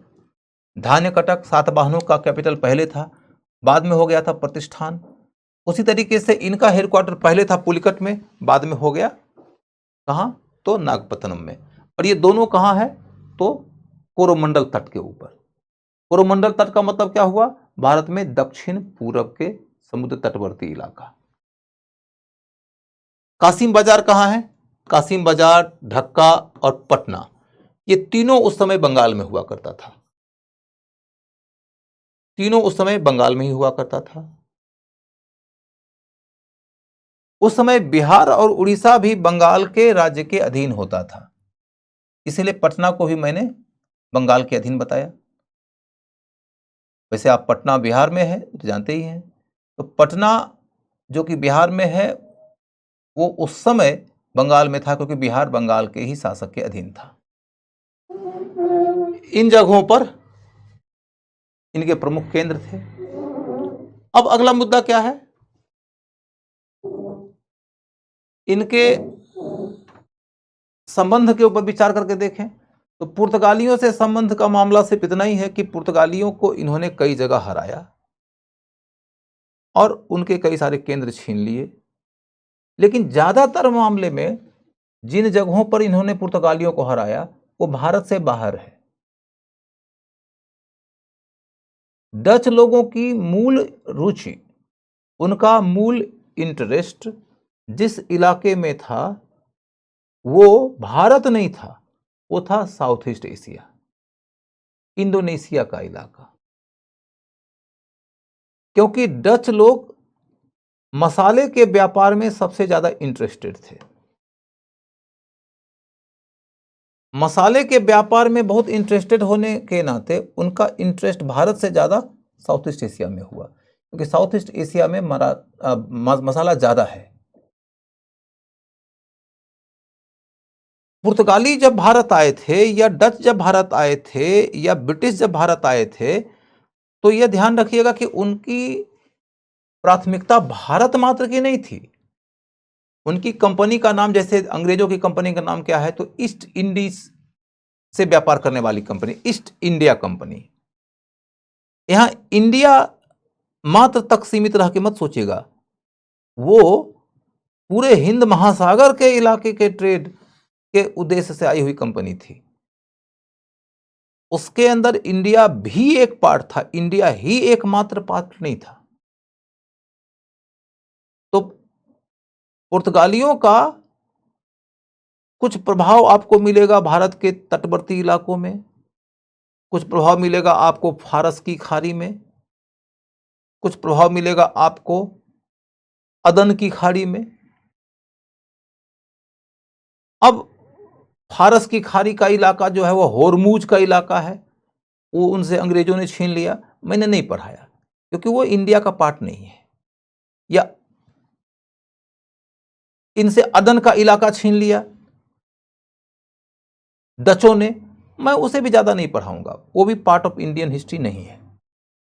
सिर्फ और सिर्फ इतनी बात बता दे रहा हूं कि अंग्रेज और पुर्तगालियों ने इनको कई जगहों पे हराया, इनके कई इलाके अंग्रेज छीन लिए, कई इलाके इनके डच छीन लिए।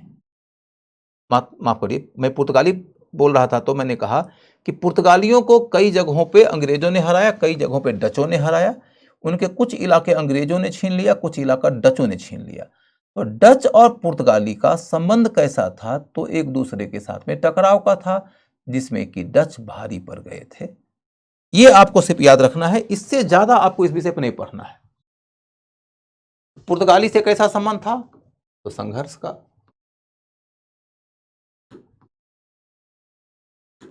और पलड़ा इनका भारी रहा,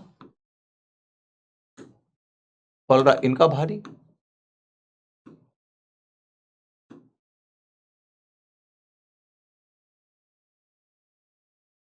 फिर देखोगे कि कोचीन और नागपत्तनम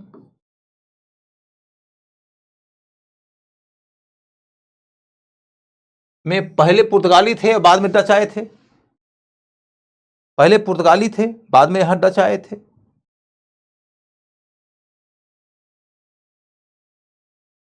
आपने इतनी बात पढ़ लिया तो इससे ज्यादा पढ़ने की कोई जरूरत नहीं है। इतनी बात आपने पढ़ लिया तो इससे ज्यादा पढ़ने की जरूरत नहीं है। इसके बाद अगला मुद्दा है ब्रिटिश संबंध। डचों का अंग्रेजों से क्या संबंध था? डचों का अंग्रेजों से क्या संबंध था? Dutch and British.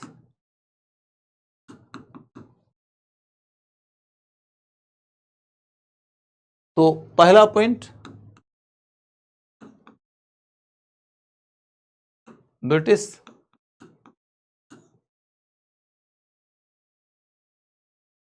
के मुकाबले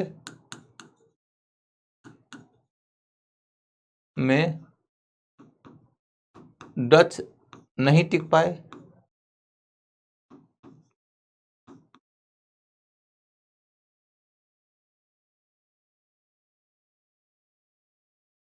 इसलिए भी उन्होंने इंडोनेशिया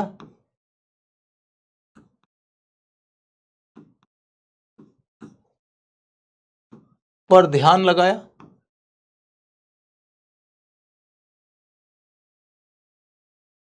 उन्होंने अपना ध्यान केंद्रित किया इंडोनेशिया पर।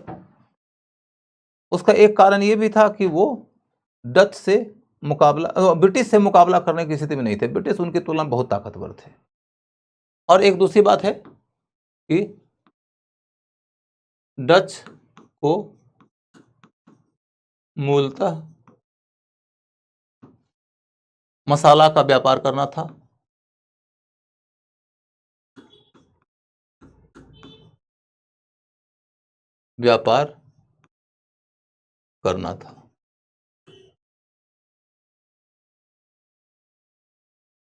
एक तीसरा फैक्ट जो आपके लिए काफी काम का है,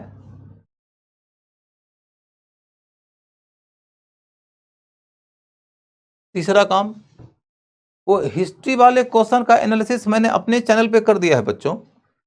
जो मेरा हिस्ट्री बाय रजनीश राज का यूट्यूब चैनल है, उस चैनल पे मैंने परसों तरसों डिस्कस कर दिया है, तो वहां पर आप जाके देख सकते हो। लेकिन मैंने सिर्फ हिस्ट्री वाला ही डिस्कस किया है, और ये भी बताया है कुछ कि क्वेश्चन किस तरीके का आया है और आगे क्या सावधानी करने की जरूरत है, तो मैंने कर दिया है, आप उसे देख सकते हैं।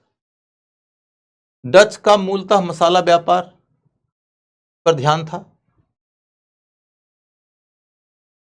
तीसरा है कि 1760 ईस्वी में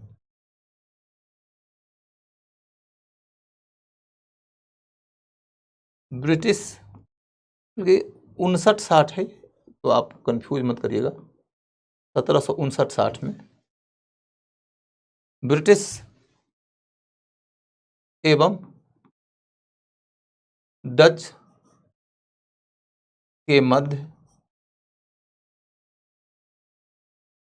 चिनसुरा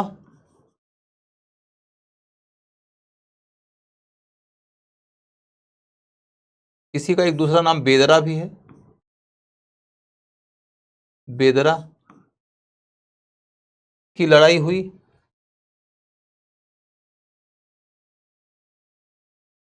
लड़ाई हुई, ब्रिटिश जीते,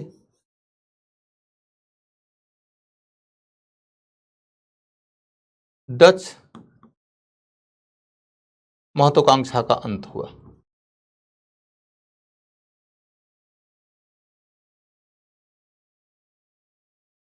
का अंत, डच महत्वाकांक्षा का अंत हो गया।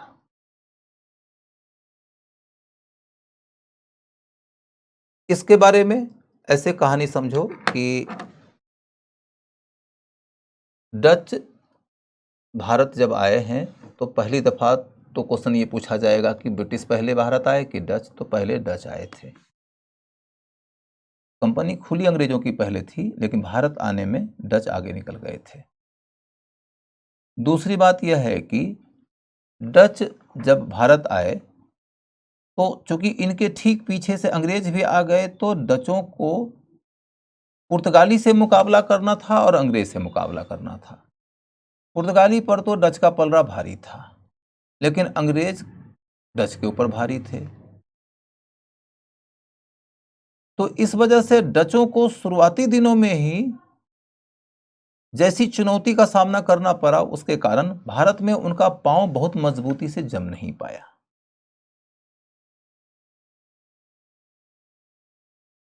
अंततोगत्वा भारत से ज्यादा केंद्रित कर लिया ध्यान उन्होंने अपना इंडोनेशिया के ऊपर।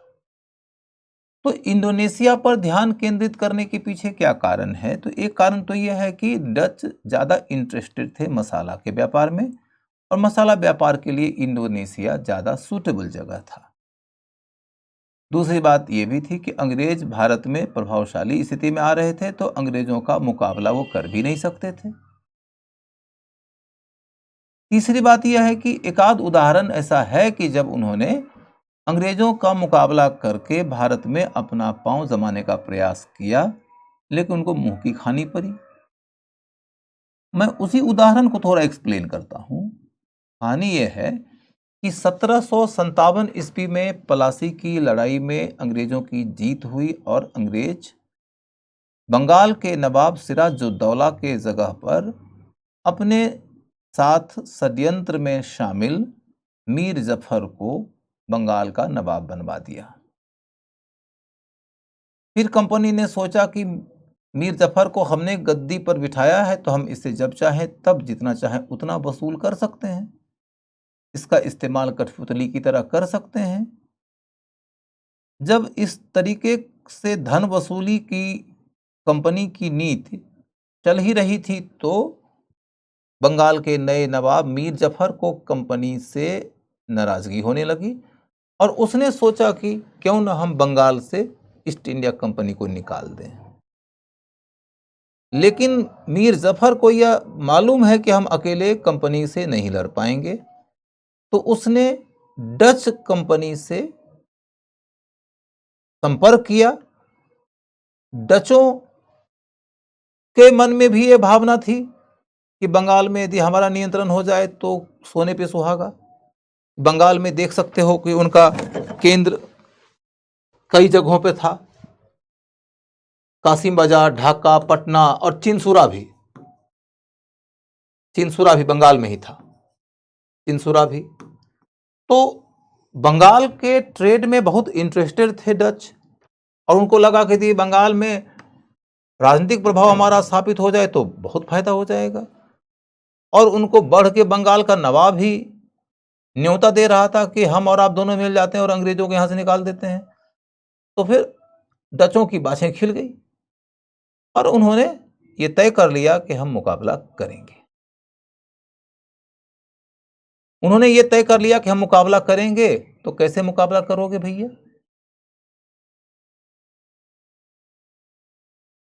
दोनों ने मिलकर गठजोड़ करके कंपनी को निकालने की योजना बनाया, लेकिन कंपनी वाले को इसकी सूचना लग गई। कंपनी वाले ने आगे बढ़ के इनके ऊपर हमला कर दिया, और हमला कर दिया तो इसी के तहत बेदरा की लड़ाई हुई 1759 में। इस बेदरा की लड़ाई को चिनसुरा की लड़ाई भी कहा जाता है। दोनों में से कोई भी नाम आपको दे सकते हैं, बेदरा की लड़ाई या चिनसुरा की लड़ाई। तो आपको यह समझना है कि चिनसुरा की लड़ाई किनके किनके बीच में हुई थी, तो डच वर्सेस ब्रिटिश के बीच में हुई थी। इस लड़ाई में डच हार गए, उसके बाद भारत से राजनीतिक महत्वाकांक्षा उनकी खत्म ही हो गई। यहां पर भी आपको एक सावधानी देता हूं कि जैसे क्वेश्चन आपके सामने क्या दे सकता है, प्लासी की लड़ाई,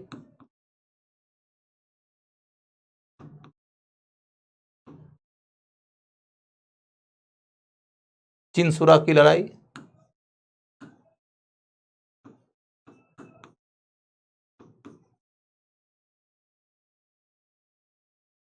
बक्सर की लड़ाई,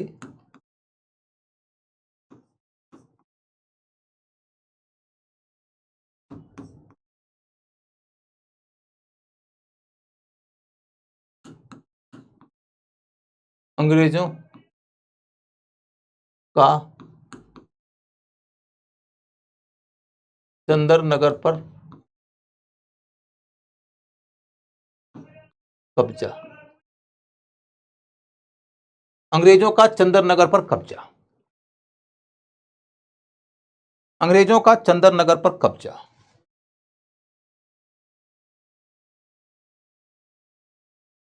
अब अगला मामला क्या है,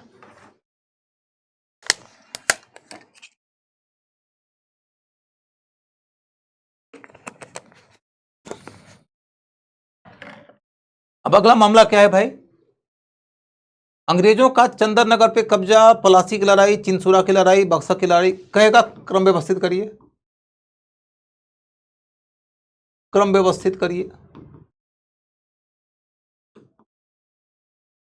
माने पहले कौन सी घटना हुई, उसके बाद कौन सी घटना हुई।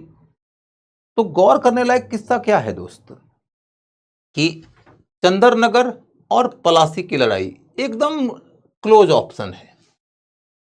अब आप यदि 1756, 1757 इस तरीके से याद करिएगा तो आपकी तो जान ही निकल जाएगी। तो कहानी क्या है कि चंदर नगर बंगाल का एक जगह है जहां फ्रांसीसियों का केंद्र था। उस केंद्र पर अंग्रेजों ने हमला करके उसके ऊपर कब्जा कर लिया। इस बात से नाराज हो गया बंगाल का नवाब, और यही तात्कालिक कारण बन गया बंगाल के नवाब सिराजुद्दौला और ब्रिटिश कंपनी के बीच में प्लासी की लड़ाई का। तो चंदर नगर के ऊपर अंग्रेजों के कब्जे और प्लासी की लड़ाई के वर्ष याद मत करो, महीने याद मत करो, संबंध याद करो, तो अपने आप समझ जाओगे कि अच्छा, चंदर नगर पे कब्जा पहले हुआ है अंग्रेजों का, प्लासी की लड़ाई बाद में हुई है। ठीक वैसी ही कहानी यहां पर है कि चिनसुरा की लड़ाई किसके किसके बीच में हुई, डच और ब्रिटिश के बीच में। डच किसके साथ गठजोड़ किए थे, मीर जफर के साथ। मीर जफर को अंग्रेजों ने गद्दी से उतार दिया, और उसके बाद गद्दी पर किसको बिठाया, मीर कासिम को। और मीर कासिम से अंग्रेजों की लड़ाई हुई, बक्सर की लड़ाई। तो बक्सर की लड़ाई जो मीर कासिम से हुई है, उसके पहले मीर कासिम को अंग्रेज ने ही गद्दी पर बिठाया है, और मीर कासिम को गद्दी पर बिठाने के पहले मीर जफर को गद्दी से उतारा है, और मीर जफर को गद्दी से उतारने के पहले डचों को हराया है बेदरा की लड़ाई में या चिनसुरा की लड़ाई में। अब तुम इस कहानी को याद रखने में यदि कामयाब हो, तब तो तुमको वर्ष याद करने की जरूरत नहीं पड़ेगी, अन्यथा तुम वर्ष याद करते रहो, रटते रहो, कितना भी रट लो भूल तो जाओगे ही। बहुत लोग कहते हैं कि मैं इतिहास में याद नहीं रख पाता। बेटा तुम याद इतिहास को वर्ष और महीने के अनुसार पढ़ते हो, तुम्हारे पीर बाबा नहीं याद रख पाएंगे। मैं जिस कहानी को समझाता हूं उस कहानी के मुताबिक पढ़ो, तुमको याद रखने में कामयाबी मिल ही जाएगी। ठीक है, तो अभी आप कहोगे कि चंद्रनगर कहां से आ गया? चंद्रनगर आगे चलकर आएगा, फ्रांसीसियों के मामले में दोबारा पढ़ाऊंगा। अभी तो मैंने एक क्वेश्चन का ट्रिक समझाने के लिए आपको यह बता दिया, तो आप ये मत समझिएगा कि चंद्रनगर वाला बीच में कैसे आ गया। ठीक है, तो पुर्तगाली की कहानी में, सॉरी डच की कहानी में यह बात हो गई कि इनके प्रमुख केंद्र कौन से हैं, पुर्तगालियों का संबंध कैसा था, ब्रिटिश से संबंध कैसा था, फिर भारत में इनका योगदान क्या है। सिर्फ इतनी ही बात पढ़ के हम इस डच के टॉपिक को समाप्त कर देंगे। तो डच का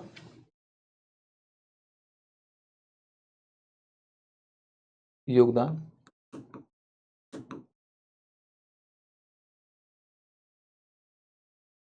लिखिए डच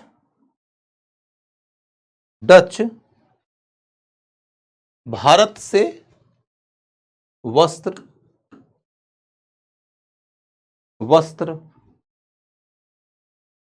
सोरा माने साल्ट पीटर जिससे बारूद बनता है, सोरा, अफीम,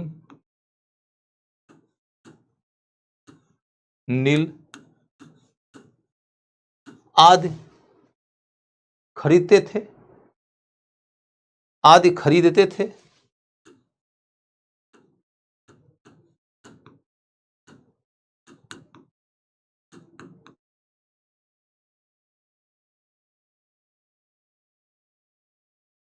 और इनमें से कई सारी चीजें वो इंडोनेशिया में बेचते थे, इंडोनेशिया में बेचते थे।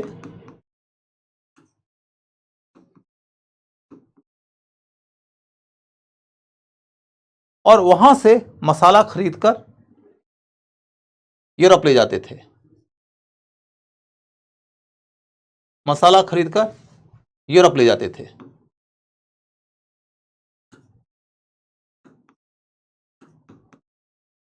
थे। वहां से मसाला खरीदकर यूरोप ले जाते थे।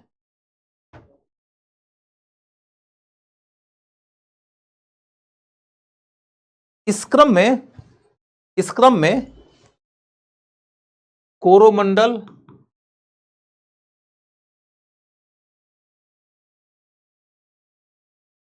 एवं मलक्का का व्यापारिक संबंध प्रगाढ़ हो गया।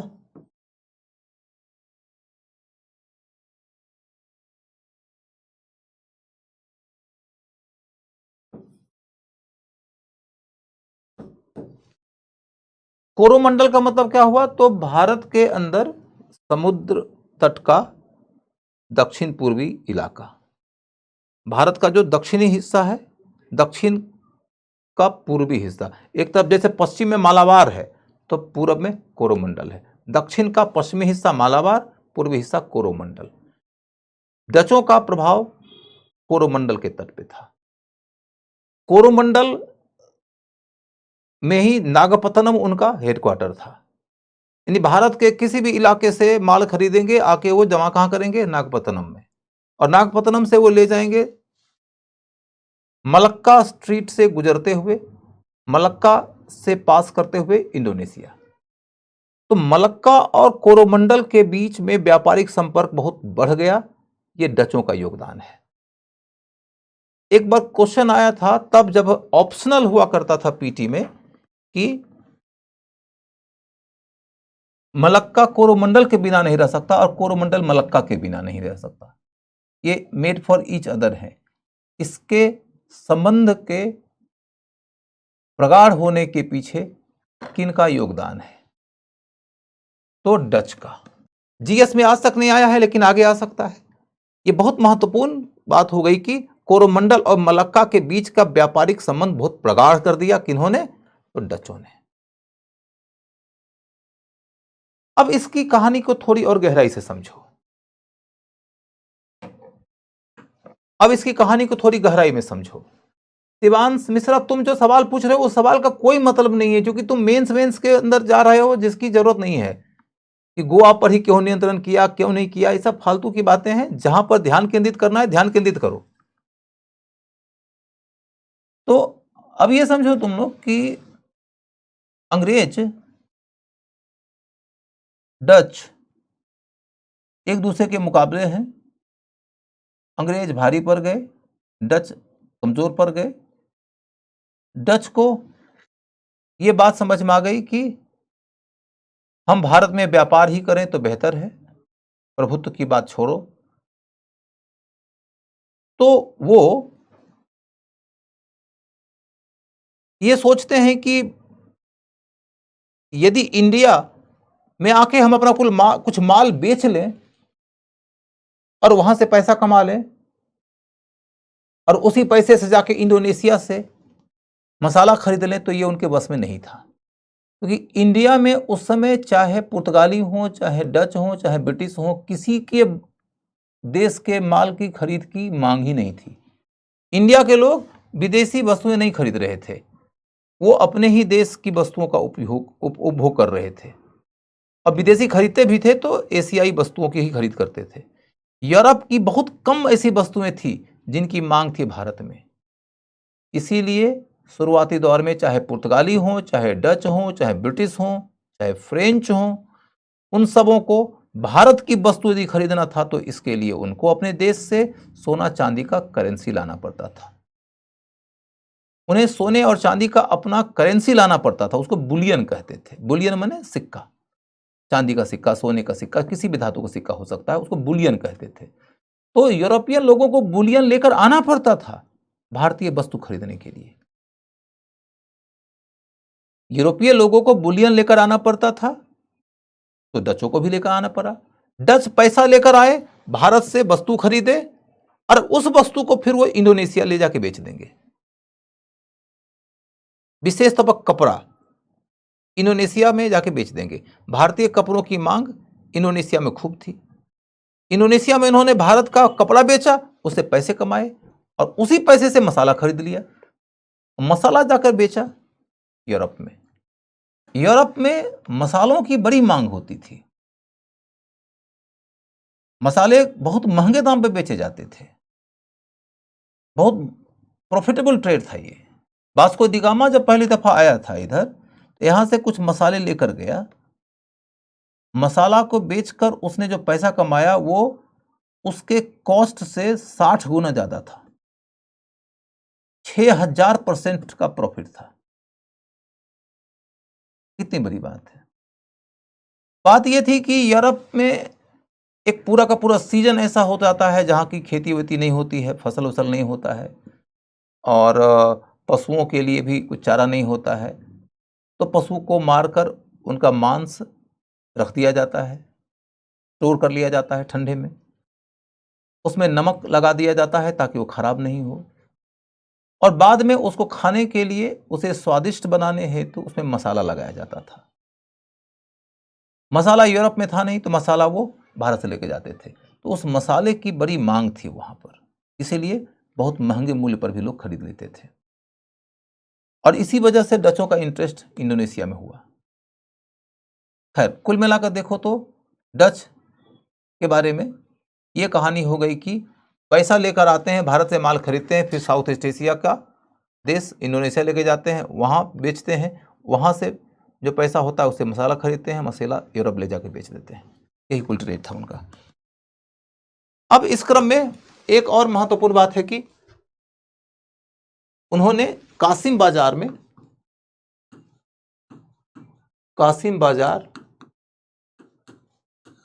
में रेशम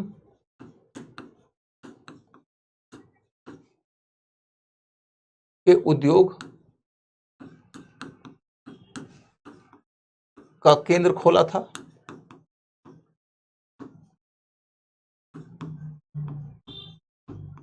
रेशम के उत्पादन का एक इंडस्ट्रियल सेंटर खोला था कासिम बाजार में। कासिम बाजार कहाँ है? बंगाल में, आज के बांग्लादेश में। इतने के साथ डच की कहानी खत्म हो जाती है।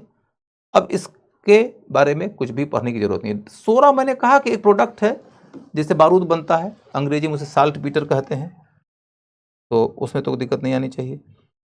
डच का मामला हमारा खत्म हो जाता है। डच के बाद फिर डेनिस। आप कहिएगा ब्रिटिश कहां चला गया? ब्रिटिश बाद में आएगा। डेनिस एकदम छोटा है, तो पहले डेनिस देख लीजिए।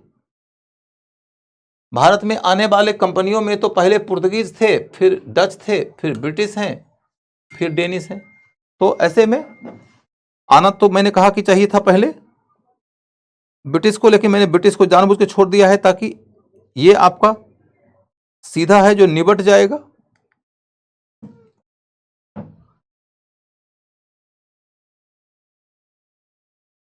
इनका सेंटर कहां है? केंद्र। इनका केंद्र कहां है?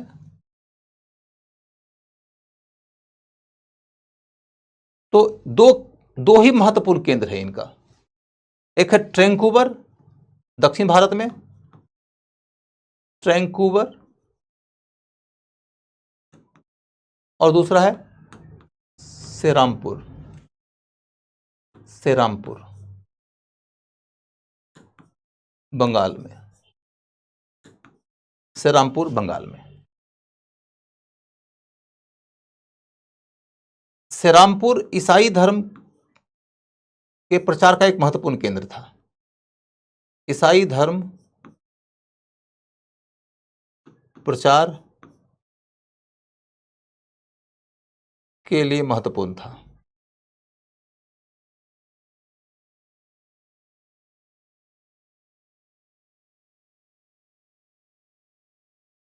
ईसाई धर्म के प्रचार के लिए महत्वपूर्ण था। अब क्यों महत्वपूर्ण है सो समझिए कि सेरामपुर एक ऐसा जगह था जो कि डेनिस के हाथ में था। डेनिस के इलाके में होने के नाते वहां पर ईसाई धर्म का प्रचार प्रसार हो रहा था। यहां यह बात आप समझ ही तब पाइएगा जब आपको यह बात समझ में आ जाए कि इस दौरान बाकी बंगाल जो था वो अंग्रेज के अधीन था, और 1813 ईस्वी के पहले तक ईस्ट इंडिया कंपनी वाले अपने राज्य क्षेत्र में ईसाई धर्म प्रचारकों को धर्म प्रचार की अनुमति देते ही नहीं थे। उनकी ये सोच थी कि धर्म प्रचार की कोशिश करेंगे जब ईसाई मिशनरी, तो इससे हिंदू नाराज हो जाएंगे, मुस्लिम नाराज हो जाएंगे, विद्रोह हो जाएगा। हम विद्रोह का दमन करने के लिए बहुत पैसे खर्च देंगे। यदि विद्रोह का दमन न कर पाए तो बंगाल हाथ से गया, और दमन कर भी दिए तो सारे पैसे हमारे खर्च होंगे विद्रोह के दमन में, हमको मिलना क्या है इससे? ईसाई धर्म का प्रचार हो न हो, मैनू की मुझे क्या मिलेगा? तो इसलिए उन्होंने ईसाई धर्म के प्रचार में इंटरेस्ट नहीं लिया। 1813 ईस्वी में इंग्लैंड की संसद ने एक कानून बनाकर ईस्ट इंडिया कंपनी को बोला कि तुमको अपने इलाके में ईसाई धर्म के प्रचार की अनुमति देना पड़ेगा, और अनुमति ही मात्र नहीं दोगे बल्कि ईसाई धर्म के प्रचार में सहयोग भी दोगे, और इसके लिए एक धर्म प्रचार विभाग की स्थापना भी होगी। उसके बाद से ईस्ट इंडिया कंपनी के इलाकों में ईसाई धर्म के प्रचार में तेजी आई। उसके पूर्व के काल तक बंगाल में ईसाई धर्म के प्रचार का महत्वपूर्ण केंद्र कौन सा था? तो सेरामपुर। इसलिए सेरामपुर याद रखिएगा। इनका केंद्र था डेनिस का। ठीक है। अब मैं आप लोगों को यह बताऊं कि बाद में ये अपना सब कुछ अंग्रेजों के हाथ बेच दिए, बेच के चले गए, क्योंकि भारत में इनका कोई महत्वपूर्ण प्रभाव कभी था नहीं। इनको लग गया कि हम टिक नहीं पाएंगे यहां, तो अपना सब कुछ माल उन्होंने अंग्रेजों को बेचा और बेच के निकल लिए। अब मैं आपको लोकेशन थोड़ा दिखा देता हूं।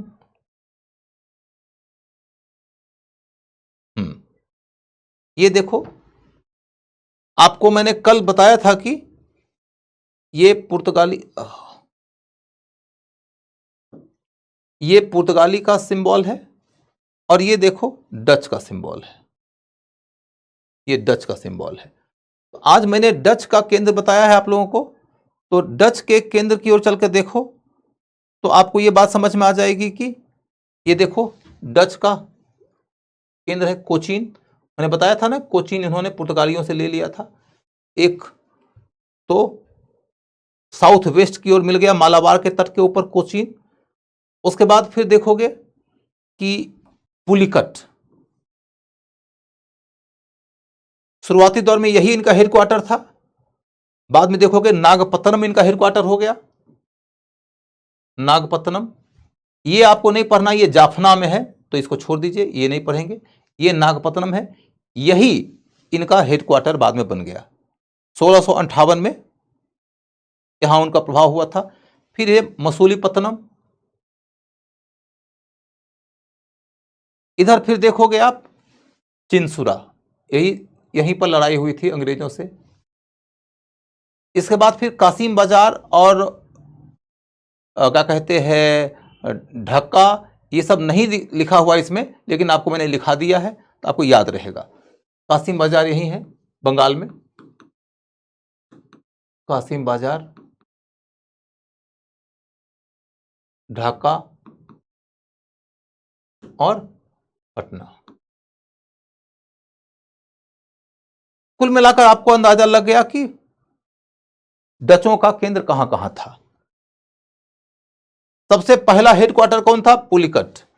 बाद में हेडक्वार्टर कौन हो गया? नागपत्तनम। ये याद रह जाएगा आपको, क्योंकि यहां से ही ये साउथ ईस्ट एशिया की ओर जाते थे, तो इसीलिए कहा गया कि ये कोरोमंडल का इलाका है और ये मालाबार का इलाका है। तो कोरोमंडल और मलक्का के बीच के संबंध को इन्होंने मजबूत कर दिया था। इसके बाद फिर डेनिस की बस्ती लेकर देखो आप, ये है सेरामपुर, डेनिस की बस्ती है सेरामपुर। और एक है ट्रैंकुबर, ट्रैंकुबर। यही दो महत्वपूर्ण केंद्र थे उनके, इससे ज्यादा उनके केंद्र और हैं ही नहीं। और बाद में इन्होंने अपना सब कुछ बेच दिया अंग्रेजों को और इस तरीके से उनका मामला हो गया खत्म। अब इसके आगे की कहानी हम लोग कल करेंगे, आज बस इतना ही।